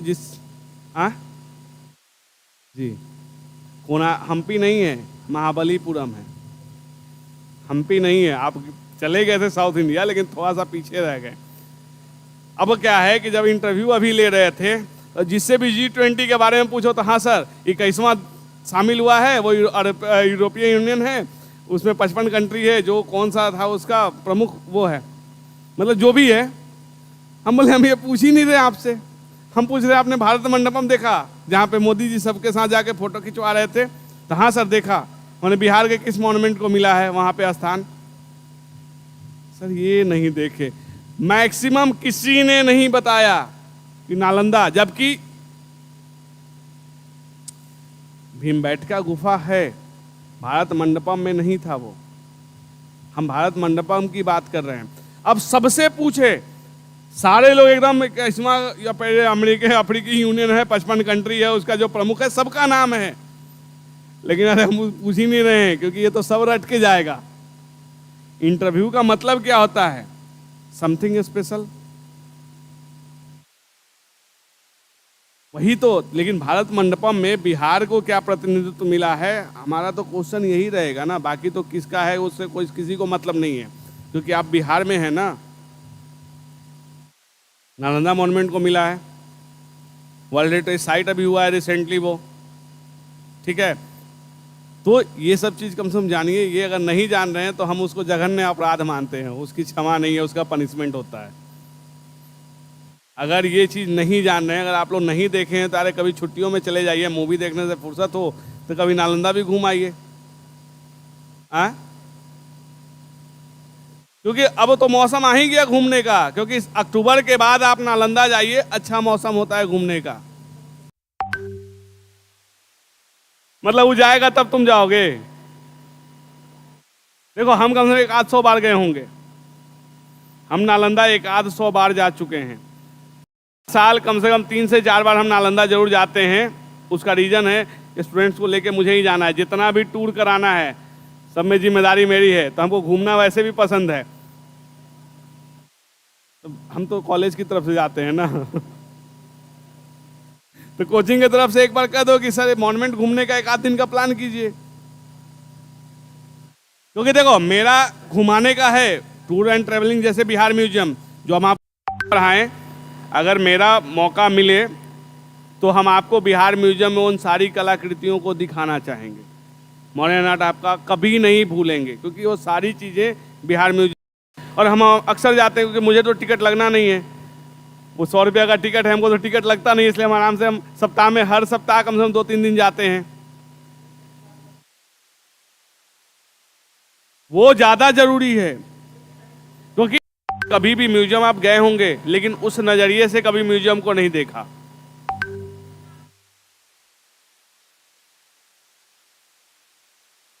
नहीं तो अभी जैसे अब कोई अगर ओकेजन आ रहा है ना, कोई अगर वैसा कुछ ये रहेगा तो आप लोग, हम आपको बताएंगे, उस समय आप म्यूजियम जाइएगा। उस समय क्या होता है कि डेमो भी साथ में चल रहा है। किलकारी के बच्चे वो रूप पकड़ रहे रहते हैं। जैसे यक्षिणी को देखना है तो कोई लड़की वहाँ यक्षिणी बनी मिल जाएगी, आदि मानव को देखना है तो आदि मानव स्टोन टूल्स कैसे बनाते थे वो आपको वहाँ डेमो मिल जाएगा, लाइव डेमो। वो चल रहा है बिहार म्यूजियम में, क्योंकि मेरा तो अक्सर मुझे हर वो फंक्शन में इनवाइट करते ही हैं, और आपको हम जिस दिन बता देंगे हम वहाँ मिल जाएंगे, आपको म्यूजियम के अंदर हम आपको मिल जाएंगे, क्योंकि मुझे जाने का कोई दिक्कत नहीं है। हम इस गेट से जाएँ या अंदर से आ जाएँ या किचन से आ जाएँ, कहीं से हम अंदर आ सकते हैं, क्योंकि मुझे टिकट ही नहीं है आज तक कभी टिकट लगा ही नहीं। 100 रुपया टिकट है, अगर आप लोग आई कार्ड के साथ जाएंगे तो 50 रुपया, अगर ग्रुप में कहीं किसी स्कूल का या कॉलेज का लेटर पैड लेके जाइएगा तो 25 रुपया हो जाएगा।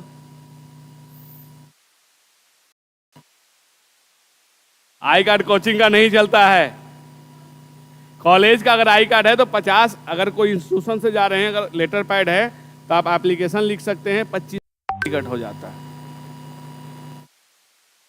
हाँ? नहीं, अभी पहले पढ़ लीजिए, उसके बाद हम आपको आर्ट, क्योंकि मॉडर्न आर्ट आपको मिल जाएगा, पटना कलम का फोटोग्राफ्स आपको पटना मिल जाएगा, जो आपको सिलेबस में पढ़ना है पटना कलम वो मिल जाएगा। हम पटना कलम के फोटोग्राफ्स भी आपको दिखाएंगे, जो पटना कलम पढ़ाएंगे, क्योंकि पटना कलम के भी फोटोग्राफ्स मेरे पास हैं। पटना कलम दिखाएंगे, पाल कला दिखाना है तो पाल कला का अच्छा कलेक्शन बिहार म्यूजियम में रखा हुआ है। देखिए, जब आप पढ़ रहे हैं तो आप जरूर जाइए, समय निकाल के देखिए, वो एक होता है रिफ्रेशमेंट, और एक प्रैक्टिकल देखिएगा, याद हो जाएगा। क्यों नहीं समझ में आएगा? वहाँ समझाने के लिए लोग हैं ना। अब आप जब भी जाइएगा तो वहाँ पूछ लीजिए, गाइड लोग हैं, वो आपको फ्री में समझाएंगे। ऐसा तो नहीं कि आप उससे चार्ज लेंगे, वहाँ पे गाइड भी हैं, 4-5 गाइड वहाँ पे अवेलेबल हैं। हाँ, आपको वहाँ पे डिमांड तो करना होगा कि हमको गाइड चाहिए। वहाँ जो रिसेप्शन काउंटर है ना, वहाँ पे जाके 2-3 नाम बता देते हैं, जैसे धर्मवीर है, दीपा है, किसी से भी जाके बोलना है कि दिलीप सर भेजे हैं, वो कुछ नहीं बोलेगी, वो ले जाके घुमाएगी सिर्फ, क्योंकि सारे मेरे जूनियर हैं और स्टूडेंट भी हैं वो सब। तो इसीलिए कह रहे हैं कि वो आप जाइए वहाँ पे, वो बताएंगे आपको, क्योंकि हम जाएंगे तो वो सामने वो बताते ही नहीं, बोलेंगे सर आप ही बताइए ना, आप अच्छा बताते हैं, क्योंकि हमारा वो फील्ड ही है। और आप लोग देखिए, रिफ्रेशमेंट के लिए कुछ नए, देखिए दिमाग को भी तो अच्छा करना है, तो आप जाइए। और बिहार म्यूजियम द बेस्ट है, बहुत खूबसूरत है। नालंदा यूनिवर्सिटी पढ़ना, जाकर देखिए, पूरा नालंदा यूनिवर्सिटी को बना दिया अंदर। कभी गए हैं? इस बार जो नया बना है पूरा नालंदा यूनिवर्सिटी है, आर्ट है, कलिंग वार को दिखा रहा है। अगर बराबर केव्स, हम आपको केव अभी पढ़ाएंगे, वहाँ जाकर देख सकते हैं केव को, जो बराबर नहीं जा सकते हैं यहाँ पे देख सकते हैं केव को। हाँ, नालंदा खंडहर स्कूल से देखो, तो स्कूल का तो वही रहता ही है ना कि आपको ले गए और फिर वापस ले आए। उतना टाइम नहीं होता है ना, जैसे हम ही अब लेके जाएंगे इस महीने दशहरा के बाद, हमको ही स्टूडेंट को लेके जाना राजगीर और नालंदा। अब तुम बिलीव करो कि यहाँ सुबह जाना है और शाम में 8 बजे तक सबको लेके आना है, सारी लड़कियों को उनके घर तक छोड़ना है, तो कहाँ से टाइम देंगे? वहाँ भगा भगा के सबको दिखाते हैं, और उसके बाद उसमें बीच में खाना भी खिलाना है सबको। हाँ, नहीं, और खाना भी, और खाना खाने में भी टाइम लगाते हैं लोग, तो फिर पढ़ना भी जरूरी है, सिर्फ घूमना जरूरी नहीं है। सिर्फ घूमना जरूरी नहीं है, पढ़ना ज़्यादा जरूरी है। हाँ, ये होगा कि घूमने से आपको बहुत सारे आइडियाज़ मिलेंगे। जैसे हम एंट्रेंस देने गए हुए थे, भारत सरकार का डिप्लोमा करने गए थे, तो वहाँ पे क्वेश्चंस में आ गया अजंता अजंता के बारे में लिखने के लिए। अजंता कभी नहीं गए, लेकिन नेशनल म्यूजियम में बैठ के अजंता पे 30 मिनट की मूवी देखे थे। और वो था ना कि किसी साइट को आपने देखा तो अपनी भाषा में लिखना था। बस 30 मिनट जो देखे थे ना, वहाँ जाकर देखे कि जब मैंने अजंता को देखा, ऐसा वैसा, इतना अच्छा से लिखा कि वो 20 नंबर के मार्क्स में मुझे 18 नंबर मिला था, जबकि अजंता हम कभी गए ही नहीं। जब मेरा एडमिशन हो गया तब हम अजंता को जाकर देखें, क्योंकि जितने भी मॉन्यूमेंट आपको पढ़ना है या आप लोग सोचते हैं, उन सारे मॉन्यूमेंट पे हमको भारत सरकार लेके गया। सारा मॉन्यूमेंट, इंडिया का जो भी फेमस मॉन्यूमेंट आप नाम ले लीजिएगा, सब जगह हम गए हुए हैं, क्योंकि हम भारत सरकार के स्टूडेंट रहे हैं, तो वो सब जगह घुमाएगा ही, क्योंकि उन्हीं चीज़ों का तो पढ़ाई हमारा होता है। तो आप लोग ये चीज़ कीजिए, जब आर्ट कुछ कंप्लीट हो जाता है तो किसी एक दिन हम आपको समय देंगे, जिस दिन अगर हम बिहार म्यूजियम गए रहें, आपको बता देंगे कि हम बिहार म्यूजियम में हैं। और वैसा हम वेट कर रहे हैं कि जिस दिन एंट्री फ्री हो। अरे उसके लिए काहे के लिए टेंशन ले रहे हो? 2 अक्टूबर जिस दिन हम एंट्री फ्री करवाएंगे ना, उस दिन आपको कुछ नाश्ता भी मिलेगा वहां। अगर चूंकि मुझे बोला जाता है कि स्टूडेंट्स को लेके आइए, तो उस दिन कॉलेज के स्टूडेंट नहीं लेके तुम लोग जाओगे। सारे एंशिएंट हिस्ट्री के स्टूडेंट हो गए। और जिस दिन अगर लेके जाएंगे, खाना नहीं रहे तो नाश्ता तो जरूर मिलेगा। पॉट बेली में जो वहाँ रेस्टोरेंट है पॉट बेली, वहाँ नाश्ता पक्का मिलेगा, नाश्ता और चाय जरूर मिलेगा। तो हम वैसे दिन, जिस दिन मुझे इनविटेशन आता है, क्योंकि फंक्शंस तो होंगे ही, तो होता है कि बच्चों को लेके आइए। तो हमारे लिए तो जो हमारे साथ बच्चे हैं, हमको हमेशा बोला जाता है कि 30-40 बच्चा लेके आइएगा। हमने ठीक है, कितना बच्चा चाहिए ये बता दीजिए। अरे जहाँ से अगर नहीं बच्चा पूरता है तो मगध महिला फ़ोन करेंगे अपने कलीग को, अरे अपने स्टूडेंट को भेज दो मेरे साथ, सबको लेके जाएं। नहीं हुआ तो बीएड कॉलेज को, क्योंकि देखो अगर मेरे स्टूडेंट्स नहीं गए, मुझे तो स्टूडेंट्स लेके जाना ही है वहाँ। तो कहीं से मुंडी गिनाना है ना, तो जो भी पहुँचे। नहीं तो बिहार में जो हम तो बता रहे हैं कि नेक्स्ट टाइम आप जिस दिन भी फंक्शन होने दो, इनविटेशन होगा, आपको बता देंगे। गेट पे हम आपको मिल जाएंगे, गेट पे ही रहेंगे, सबको एंट्री करा देंगे, वो भी फ्री। क्योंकि पैसा देके तो हम आज तक नहीं किसी म्यूजियम को देखे। पूरे इंडिया में आज तक हम कभी टिकट लेके कोई म्यूजियम नहीं गए। श्रीलंका में भी गए, नहीं लिए, बांग्लादेश गए, वहाँ भी नहीं लिए। तो हमारा आदत हो गया है फ्री में घूमने का। अभी जू भी अगर जाना होता है ना, तो चिड़ियाखाना भी जाएंगे तो 30 रुपया ही टिकट लगता है ना, फिर भी आज तक हम लिए नहीं टिकट। डीएफओ को हाँ 30 रुपया है, पता नहीं अब बढ़ गया होगा, क्योंकि टिकट लिए नहीं ना है कभी। हाँ 55 रुपया हो गया। अच्छा बचपन में गए हो ना। मेरा क्या है कि हम जाएंगे, डीएफओ को फ़ोन करते हैं, क्योंकि जू जो आता है डिस्ट्रिक्ट फॉरेस्ट ऑफिसर के, रेंज ऑफिसर जो है उनके अंडर में आता है। बस फ़ोन करेंगे कि हाँ जाना है, तो बोला ठीक है बात कराइए, चले जाओ। हाँ बुद्धिज्म को अगर देखना है किसी दिन, तो बुद्धा स्मृति पार्क जा सकते हो, वहाँ पे म्यूजियम है। आप जब भी कभी जाइए तो बता दीजिए कब आप लोग जा रहे हैं, हम आपको मिल जाएंगे। मुझे जाने में कोई दिक्कत नहीं है, हमको तो एंट्री फ्री है ही। आप लोग अपना टिकट ले लीजिए, हम तो कहीं भी फ्री में आपको मिल जाएंगे पढ़ाने के लिए। तो देखिए ये होता है पढ़ने का तरीका। थोड़ा सा जैसे बुद्धिज्म पढ़ना है, जैसे आपको बुद्धिज्म के बारे में जानना है, वो एक अच्छा चीज़ है। तो कहाँ तक लिखे अभी आप लोग? किया जाता था। नेक्स्ट पॉइंट, मोर हाँ नहीं, वो अभी नेक्स्ट में बताएंगे ना, पहले सोच तो लो। हाँ वो बोधिसत्व थे, उनके शिष्य नहीं थे। बोधिसत्व का मतलब क्या होता है? बोधिसत्व का मतलब, आपने नाम लिया तो आप उसका मतलब भी तो बता दीजिए। देखिए जब बुद्ध हुए थे तो वो सिर्फ अकेले थे, वो एक थे। और हमारे यहाँ कितने थे? 84 करोड़ थे। 84 करोड़ देवी देवता हमारे यहाँ थे। अब क्या हुआ कि बुद्ध को सरवाइव तो करना था ना, तो बौद्ध मंडल का आविष्कार हुआ, जिसमें पंच ध्यानी बुद्ध आए, बोधिसत्व आए। जब ये सब आ गए तो हमारे हिंदू धर्म में क्या होता है, कोई भी देवता हो उनके साथ उनकी शक्ति को दिखाया गया, यानी पत्नी को दिखाया गया है। तो ये सब में देखिएगा कि सबके साथ शक्तियाँ दी गई। तो वही बोधिसत्व जो होते हैं, जो बुद्ध बनने के क्रम में हैं, वो बुद्ध हुए नहीं हैं, बस वो रास्ते में हैं। आगे जाके जब बुद्धत्व मिलेगा तो वो बुद्ध हो जाएंगे, तो बोधिसत्व हैं। तो जब कभी अगर बुद्धिज्म पढ़ाएंगे तो आपको एक एक कौन से पंच ध्यानी बुद्ध हैं, बोधिसत्व कौन से हैं, उनकी शक्ति, जैसे तारा है, प्रज्ञा पारमिता है। जैसे अपने यहाँ सरस्वती हैं, उनके यहाँ प्रज्ञा पारमिता है। अपने यहाँ दुर्गा हैं तो उनके यहाँ तारा हैं। उस टाइप से देवी देवताओं में उसी प्रकार से एक कल्पना की गई, क्योंकि उनको भी तो सरवाइव करना था। नहीं तो अगर बुद्ध अपने अकेले रह जाएंगे तो कहाँ से सरवाइव कर पाते। देखिए हर धर्म को सर्वाइवल एंड कंटिन्यूटी के लिए बहुत संघर्ष करना पड़ा, ठीक है। तो कभी फिर हम आपको बताएंगे जब आप और बोले तो वो बोधिसत्व थे जो बुद्ध बनने के रास्ते में हैं। आगे लिखिए इसमें, मौर्यकालीन स्तूपों में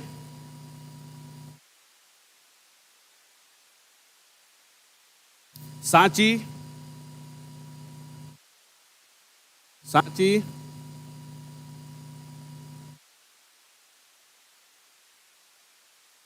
कहाँ है सांची?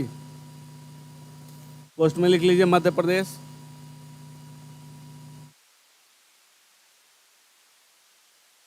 भरूच, भरूच कहाँ है? मध्य प्रदेश। भरूच के अवशेष कहाँ रखे गए हैं? क्योंकि स्तूप के पास तो कुछ भी नहीं है, अवशेष कहाँ है? कहाँ पे?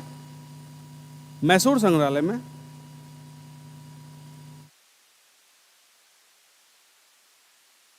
तुम लोग इतना हिस्ट्री का नॉलेज कम क्यों रख? ये इंडियन म्यूजियम कोलकाता में रखा हुआ है, कलकत्ता में है। एक्चुअली जो सबसे पहला एस्टेब्लिश्ड म्यूजियम था हमारा, वो इंडियन म्यूजियम ही था। बिहार से भी जो पहले मिल रहा था 1917 से पहले, जब तक पटना म्यूजियम नहीं बना था, तो सारी चीज़ें इंडियन म्यूजियम ही जाती थी। ठीक है। भरूच आदि का उल्लेख मिलता है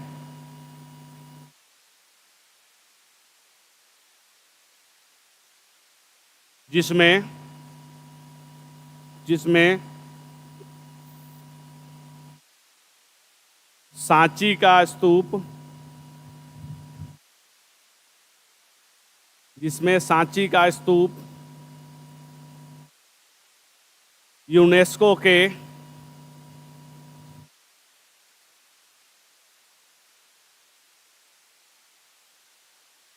विश्व विरासत, वर्ल्ड हेरिटेज, विश्व विरासत स्थल में भी शामिल है। वर्ल्ड हेरिटेज साइट में भी ये शामिल है।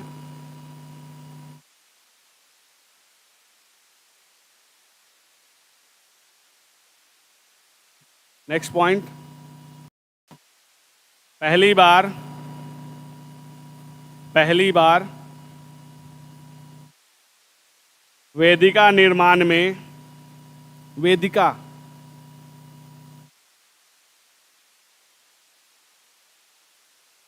हाँ, वेदिका क्या होता है? रेलिंग देखे हो, बस उसी को वेदिका कहते हैं। चारों तरफ से जो रेलिंग दे दी गई ना, ये वेदिका है। देख रहे हो, ये सीढ़ी नहीं, ये जो है रेलिंग, ये हमारा वेदिका है। ठीक है, रेलिंग।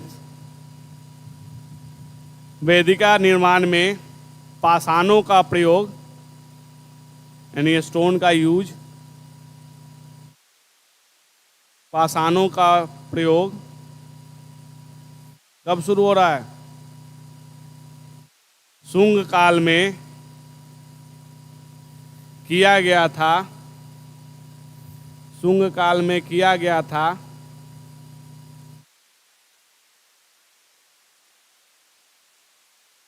और पहली बार ही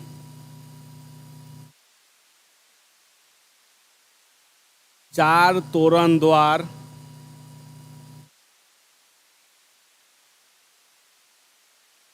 बनाए गए थे।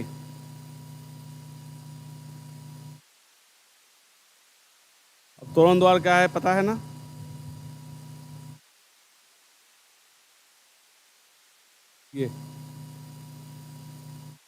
ये हमारा स्तूप कला है। इतना ही लिखना है, इससे ज़्यादा का नहीं, क्योंकि बहुत ज़्यादा लेंदी नहीं लिखना है। क्योंकि अगर मौर्य कला पूछ रहा है तो ये सारे चीज़ आपका आ जाएगा। सब अगर लिखोगे तो 6-7 पेज हो जाएगा। उसको बढ़िया से और शॉर्ट ही होगा, इसमें और इलोबरेट नहीं करना है। ठीक है।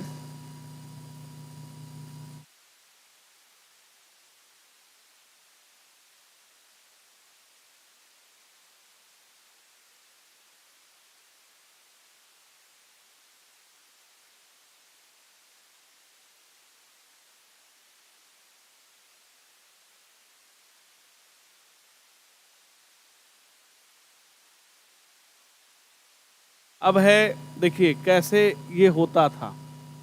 क्या क्या चीज है। एक इसमें पूरा क्लैरिटी है। जैसे आपको बताया ना कि डबल स्टेयर्स, दोनों तरफ से चढ़ने के लिए सीढ़ी है।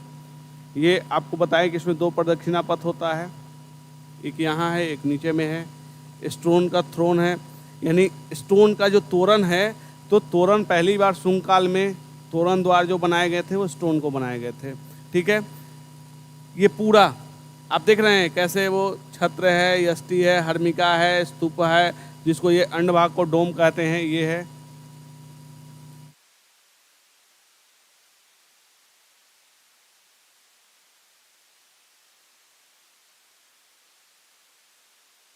ये चीज है। ठीक है, ये पूरा आपको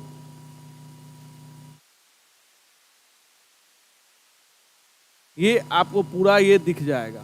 ये पूरा प्लान और एलिवेशन है। ठीक है, स्तूप में एक ये भी हमारे यहाँ बहुत महत्वपूर्ण है, वैशाली का रेलिक स्तूपा। कोई वैशाली का है? हाँ, देखे हो कभी? बहुत बार गए हो? इसकी खासियत क्या है?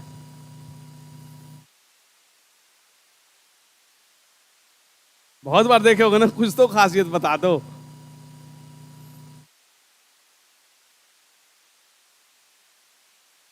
बताइए आप लोग में से कोई।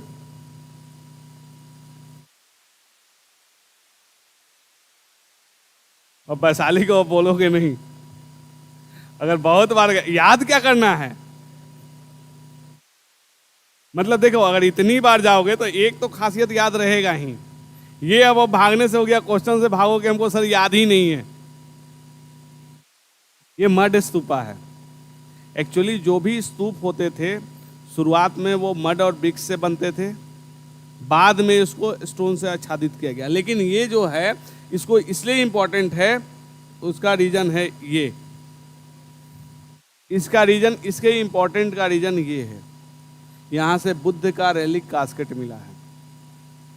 यानी अस्थि अवशेष जो, जिसके बारे में हम लोग बौद्ध ग्रंथों में पढ़ते हैं कि अशोक ने 8 स्तूपों को खुदवा के उसमें से राख निकाल के अलग अलग जगह स्तूप बनवाया था, वो ये प्रमाणित करता है ये स्तूप। इसलिए ये सबसे ज़्यादा इम्पोर्टेंट है। ये एक्चुअली ये पटना म्यूजियम में अभी रखा हुआ है, सेम ये मॉडल बनाया गया है। इसके अंदर से ये रेलिक कास्केट निकला था, जिसके अंदर से आप देखेंगे राख निकला है, पंचमार्क कॉइन्स है, सोना का फूल है, बीड है, ये सारे चीज है। यानी कि फ्लावर्स के साथ ये सारा चीज इसके अंदर करके और एकदम सेंटर में वो रखा गया था। इसके लिए ये इंपॉर्टेंट है। हम यही आपसे पूछ रहे थे क्योंकि अगर आप वैशाली के हैं तो ये चीज आपको जानना चाहिए। देखो इंटरव्यू में आपसे पूछ देगा, अगर आप वैशाली के हैं ना, क्योंकि आपका होम डिस्ट्रिक्ट जो है उससे 1-2 क्वेश्चन पूछेगा ही पूछेगा आपसे। और खास करके जो वैशाली, राय, नालंदा और गया वाले एकदम सतर्क हो जाएं, क्योंकि उनसे क्वेश्चन जरूर डिस्ट्रिक्ट से आता है। बाकी जगह का तो कम, लेकिन ये 3 डिस्ट्रिक्ट सबसे ज़्यादा क्वेश्चंस पूछे जाएंगे। क्योंकि अगर पटना के हैं तो आप पाटलिपुत्र और मगध को पढ़ ही लीजिए। हाँ, क्योंकि अगर प्राचीन भारत देखिएगा तो क्या है, मगध का ही तो इतिहास है। तो मगध मतलब पाटलिपुत्र। और अगर आप पटना का इतिहास ही नहीं जान रहे हैं तो इंटरव्यू में क्या कहिए कि हम नहीं पढ़े थे, मेरा बैकग्राउंड क्या है, हम साइंस के हैं। तो साइंस से क्या मतलब है उसको? वो आप किसी बैकग्राउंड के रहिए, आप मैथ ऑनर्स कीजिए या फिर फिजिक्स ऑनर्स कीजिए, क्या आप अपनी इतिहास को भूल जाएंगे? तो वहाँ कोई बहाना नहीं चलेगा। जैसे अब वैशाली, तो वैशाली क्यों फेमस है, आपसे सीधे पहला क्वेश्चन यही पूछेगा। पहला रेलिक स्तूप, दूसरा नर्तकी जो थी क्या नाम था, आम्रपाली, तीसरा महावीर की जन्मस्थली है, चौथा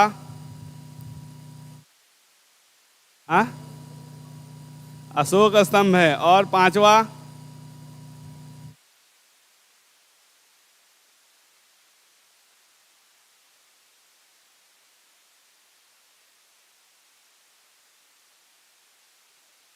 रिपब्लिक, वहाँ पे बौद्ध संगीति हुई थी। और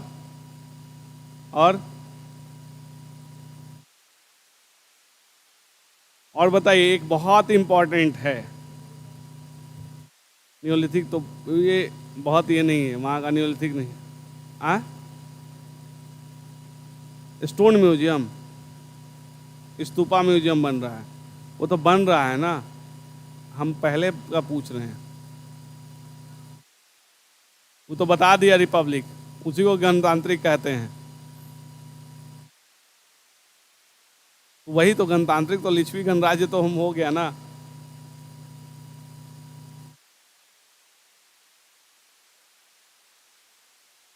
ससुराल पे बहुत जोर दे रहे हो। और देखो, सबसे पहली बात है कि वहाँ पे पहली बार लेडीज मोनास्ट्री का प्रमाण मिलता है। महिलाओं के लिए मोनास्ट्रीज होते थे, जिसमें एक यहाँ था और नेपाल में था जो लुम्बिनी के पास है, उसका नाम हम भी स्किप कर रहे हैं, ये था। और वहाँ पे इसलिए प्रमाण मिलता है कि वहाँ से हम लोग को जो एविडेंसेस मिल रहे हैं कि ये महिलाओं का महाविहार था, क्योंकि वहाँ से लेडीज टॉयलेट के प्रमाण मिल रहे हैं, जो वहाँ के म्यूजियम में अभी डिस्प्ले है। तो अगर आपसे पूछेगा तो देखिए, 4-5 चीज़ आपको याद रहना चाहिए, ये इंपॉर्टेंट चीज़ है। अब ससुराल किसका कहाँ था उससे मतलब नहीं है। ससुराल के पीछे भी मत भागो, अभी बहुत टाइम है। ससुराल को जितना भूल के रहोगे ना, उतना फायदे में रहोगे। सैलरी मिलने के बाद बोनस उधर से चाहिए। तो ये थाली में इसकी वजह से ये सबसे ज्यादा फेमस है।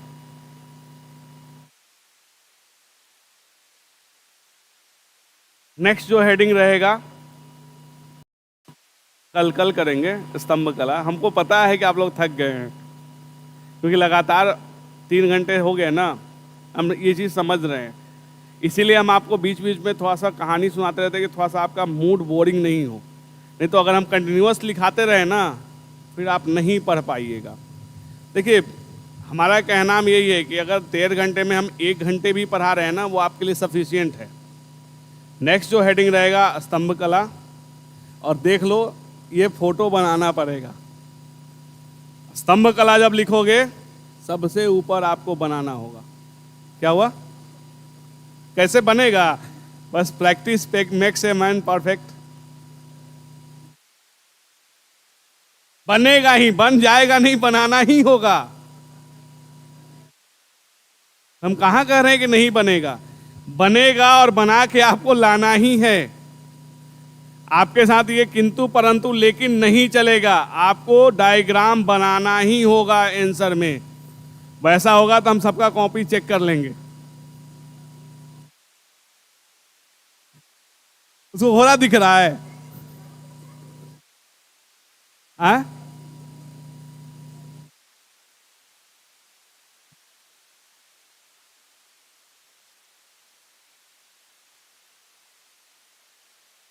अब दिख रहा है ना कि शेर है?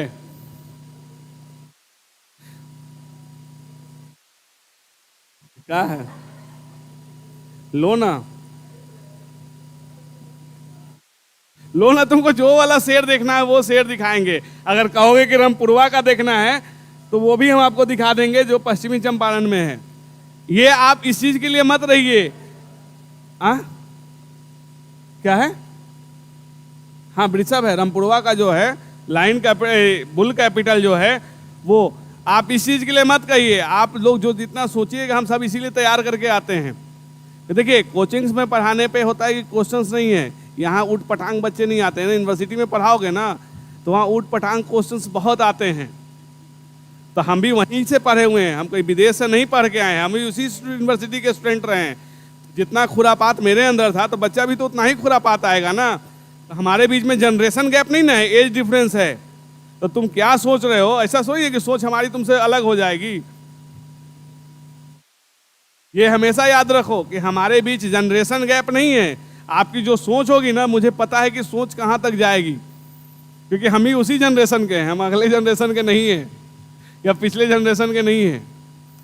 इसलिए ये आप लोग कोशिश कीजिएगा इस टाइप से, ये इसलिए दिए थे कि इस टाइप से बनाने की कोशिश कीजिएगा। स्तंभ कला,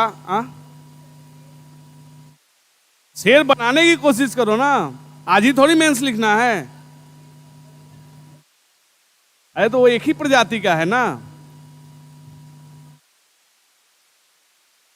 अरे हम ये नहीं कह रहे हैं बनाने में कुछ भी बना दो, एक इस पे कोई भी जानवर एक बैठा दो, एक रहे कि हाँ अगले को लगे कि नहीं उसको पता है कि पिलर्स होते कैसे थे। ये देखिए, आप लोग हमेशा निगेटिव वे में मत जाइए। हम आपको बार बार कहते हैं कि हम आपको निगेटिव होने नहीं देंगे, क्योंकि हम कभी निगेटिव सोच हम अपने अंदर रखते ही नहीं है। इसीलिए अगर आप चाहेंगे कि हमारी क्लास में निगेटिव हो जाए तो हम होने देंगे नहीं। और आपको नहीं चाहते हुए भी हम तो आपको कल ही बोले हैं, या तो भाग लो या भाग लो, या तो पार्टिसिपेट कीजिए या रन अवे। ये दोनों चीज हो सकता है, दोनों चीज एक साथ तो हो ही नहीं सकता है। या तो आप हमारे साथ पार्टिसिपेट करेंगे या फिर 9 से 11।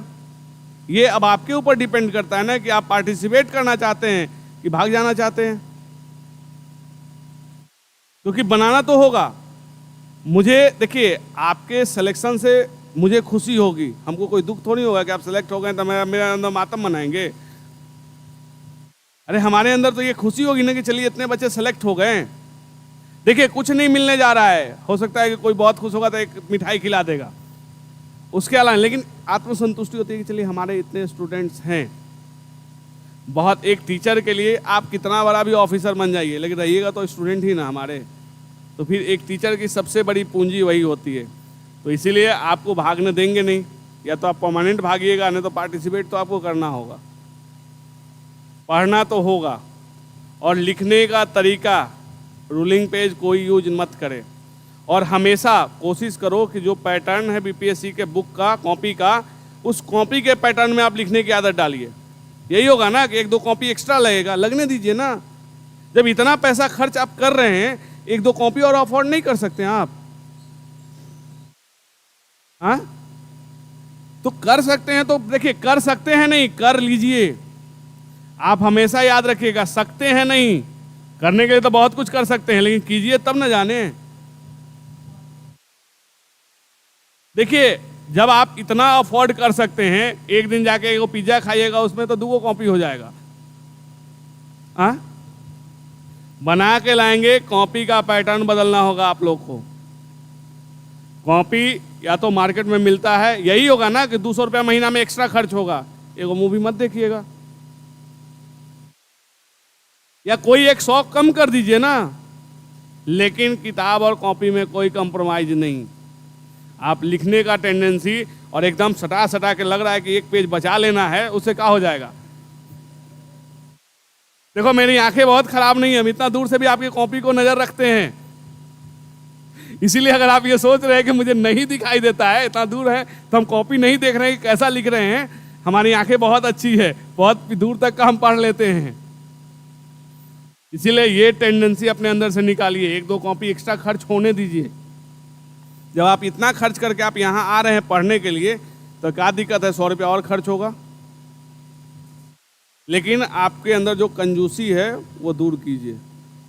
हम देख रहे हैं, हम देखें तब हमको बोलना पड़ा। देखिए हमारे अंदर एक ही चीज़ है, वो कहिए अच्छा चीज़ या खराब चीज़, हम मुंह पे बोलेंगे, आपको बुरा लगे कोई फ़र्क नहीं पड़ता। अगर आप इंसान बन गए तो मुझे खुशी होगी। जब आप सक्सेस हो जाइएगा तब आपको लगेगा कि नहीं सर ने अच्छा चीज़ बोला था, ज़बरदस्ती सर बोल रहे थे, वो अच्छी बातें थी। अभी आपको हो सकता है बुरी लग रही होंगी कि सर ऐसे बोल रहे हैं। हमारे बोलने का मतलब ही यही है कि आपको अभी पैटर्न तो पता चले कि कितने पेज में आपका आंसर जा रहा है, कैसे आंसर लिख रहे हैं, अगर जो आंसर हो रहा है वो कितना जा रहा है। दोनों कॉपी लिखने के लिए वही पैटर्न यूज कीजिए ना, मार्केट में अवेलेबल है, अशोक राजपथ में आपको मिल जाएगा वो कॉपी कि दोनों तरफ जिसमें छोड़ के जैसे पैटर्न है ना, लिखना अभी से शुरू करो। कितना कॉपी लगेगा, हार्डली कितना कॉपी लगेगा। अगर पूरा मेंस पढ़ जाओगे तो 10 को कॉपी लगेगा। एगो ड्रेस कम लेना, इस बार हो गया 10 कॉपी का दाम निकल गया। पिछले बार वाला ही पुराना ड्रेस इस पर में काम चला लो, 10 को कॉपी खरीद लो। लेकिन वो नहीं, अब कॉपी बचाएं, एकदम सटा सटा के कॉपी बचा रहे हैं सब, जिससे लग रहा है कि एक पेज में हम पूरा कर लें अगला 10 को पन्ना बच जाए तो मेरे लिए बहुत बच जाएगा। ये आदत आप लोग छोड़िए। तैयारी करने आ रहे हैं, अच्छे से तैयारी कीजिए। क्या हुआ? पेड़ बचाने का जरूरत नहीं है। अगर यही बचा रहे हो तो फिर लिखवे मत करो। पुरानी पद्धति अपना लो, जो गुरुकुल परंपरा चलती थी कि टीचर अपने स्टूडेंट को सुनाता था, वो अपने स्टूडेंट को सुनाएगा। लिखने की जरूरत क्या है?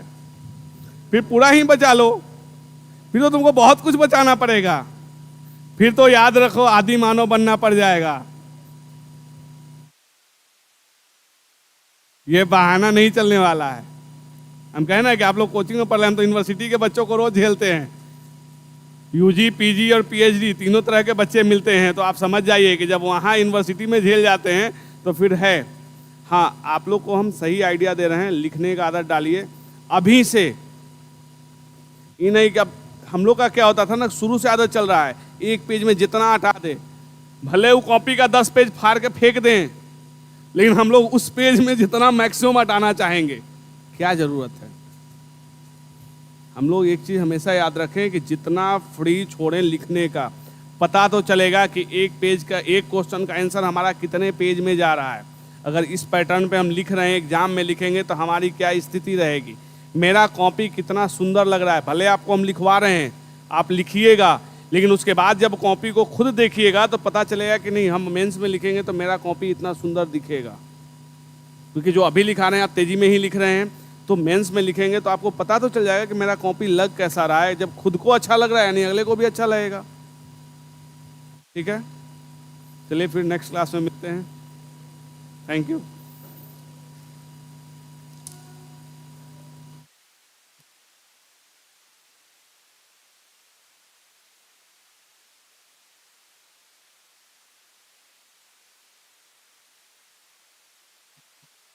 नहीं हो रहा है।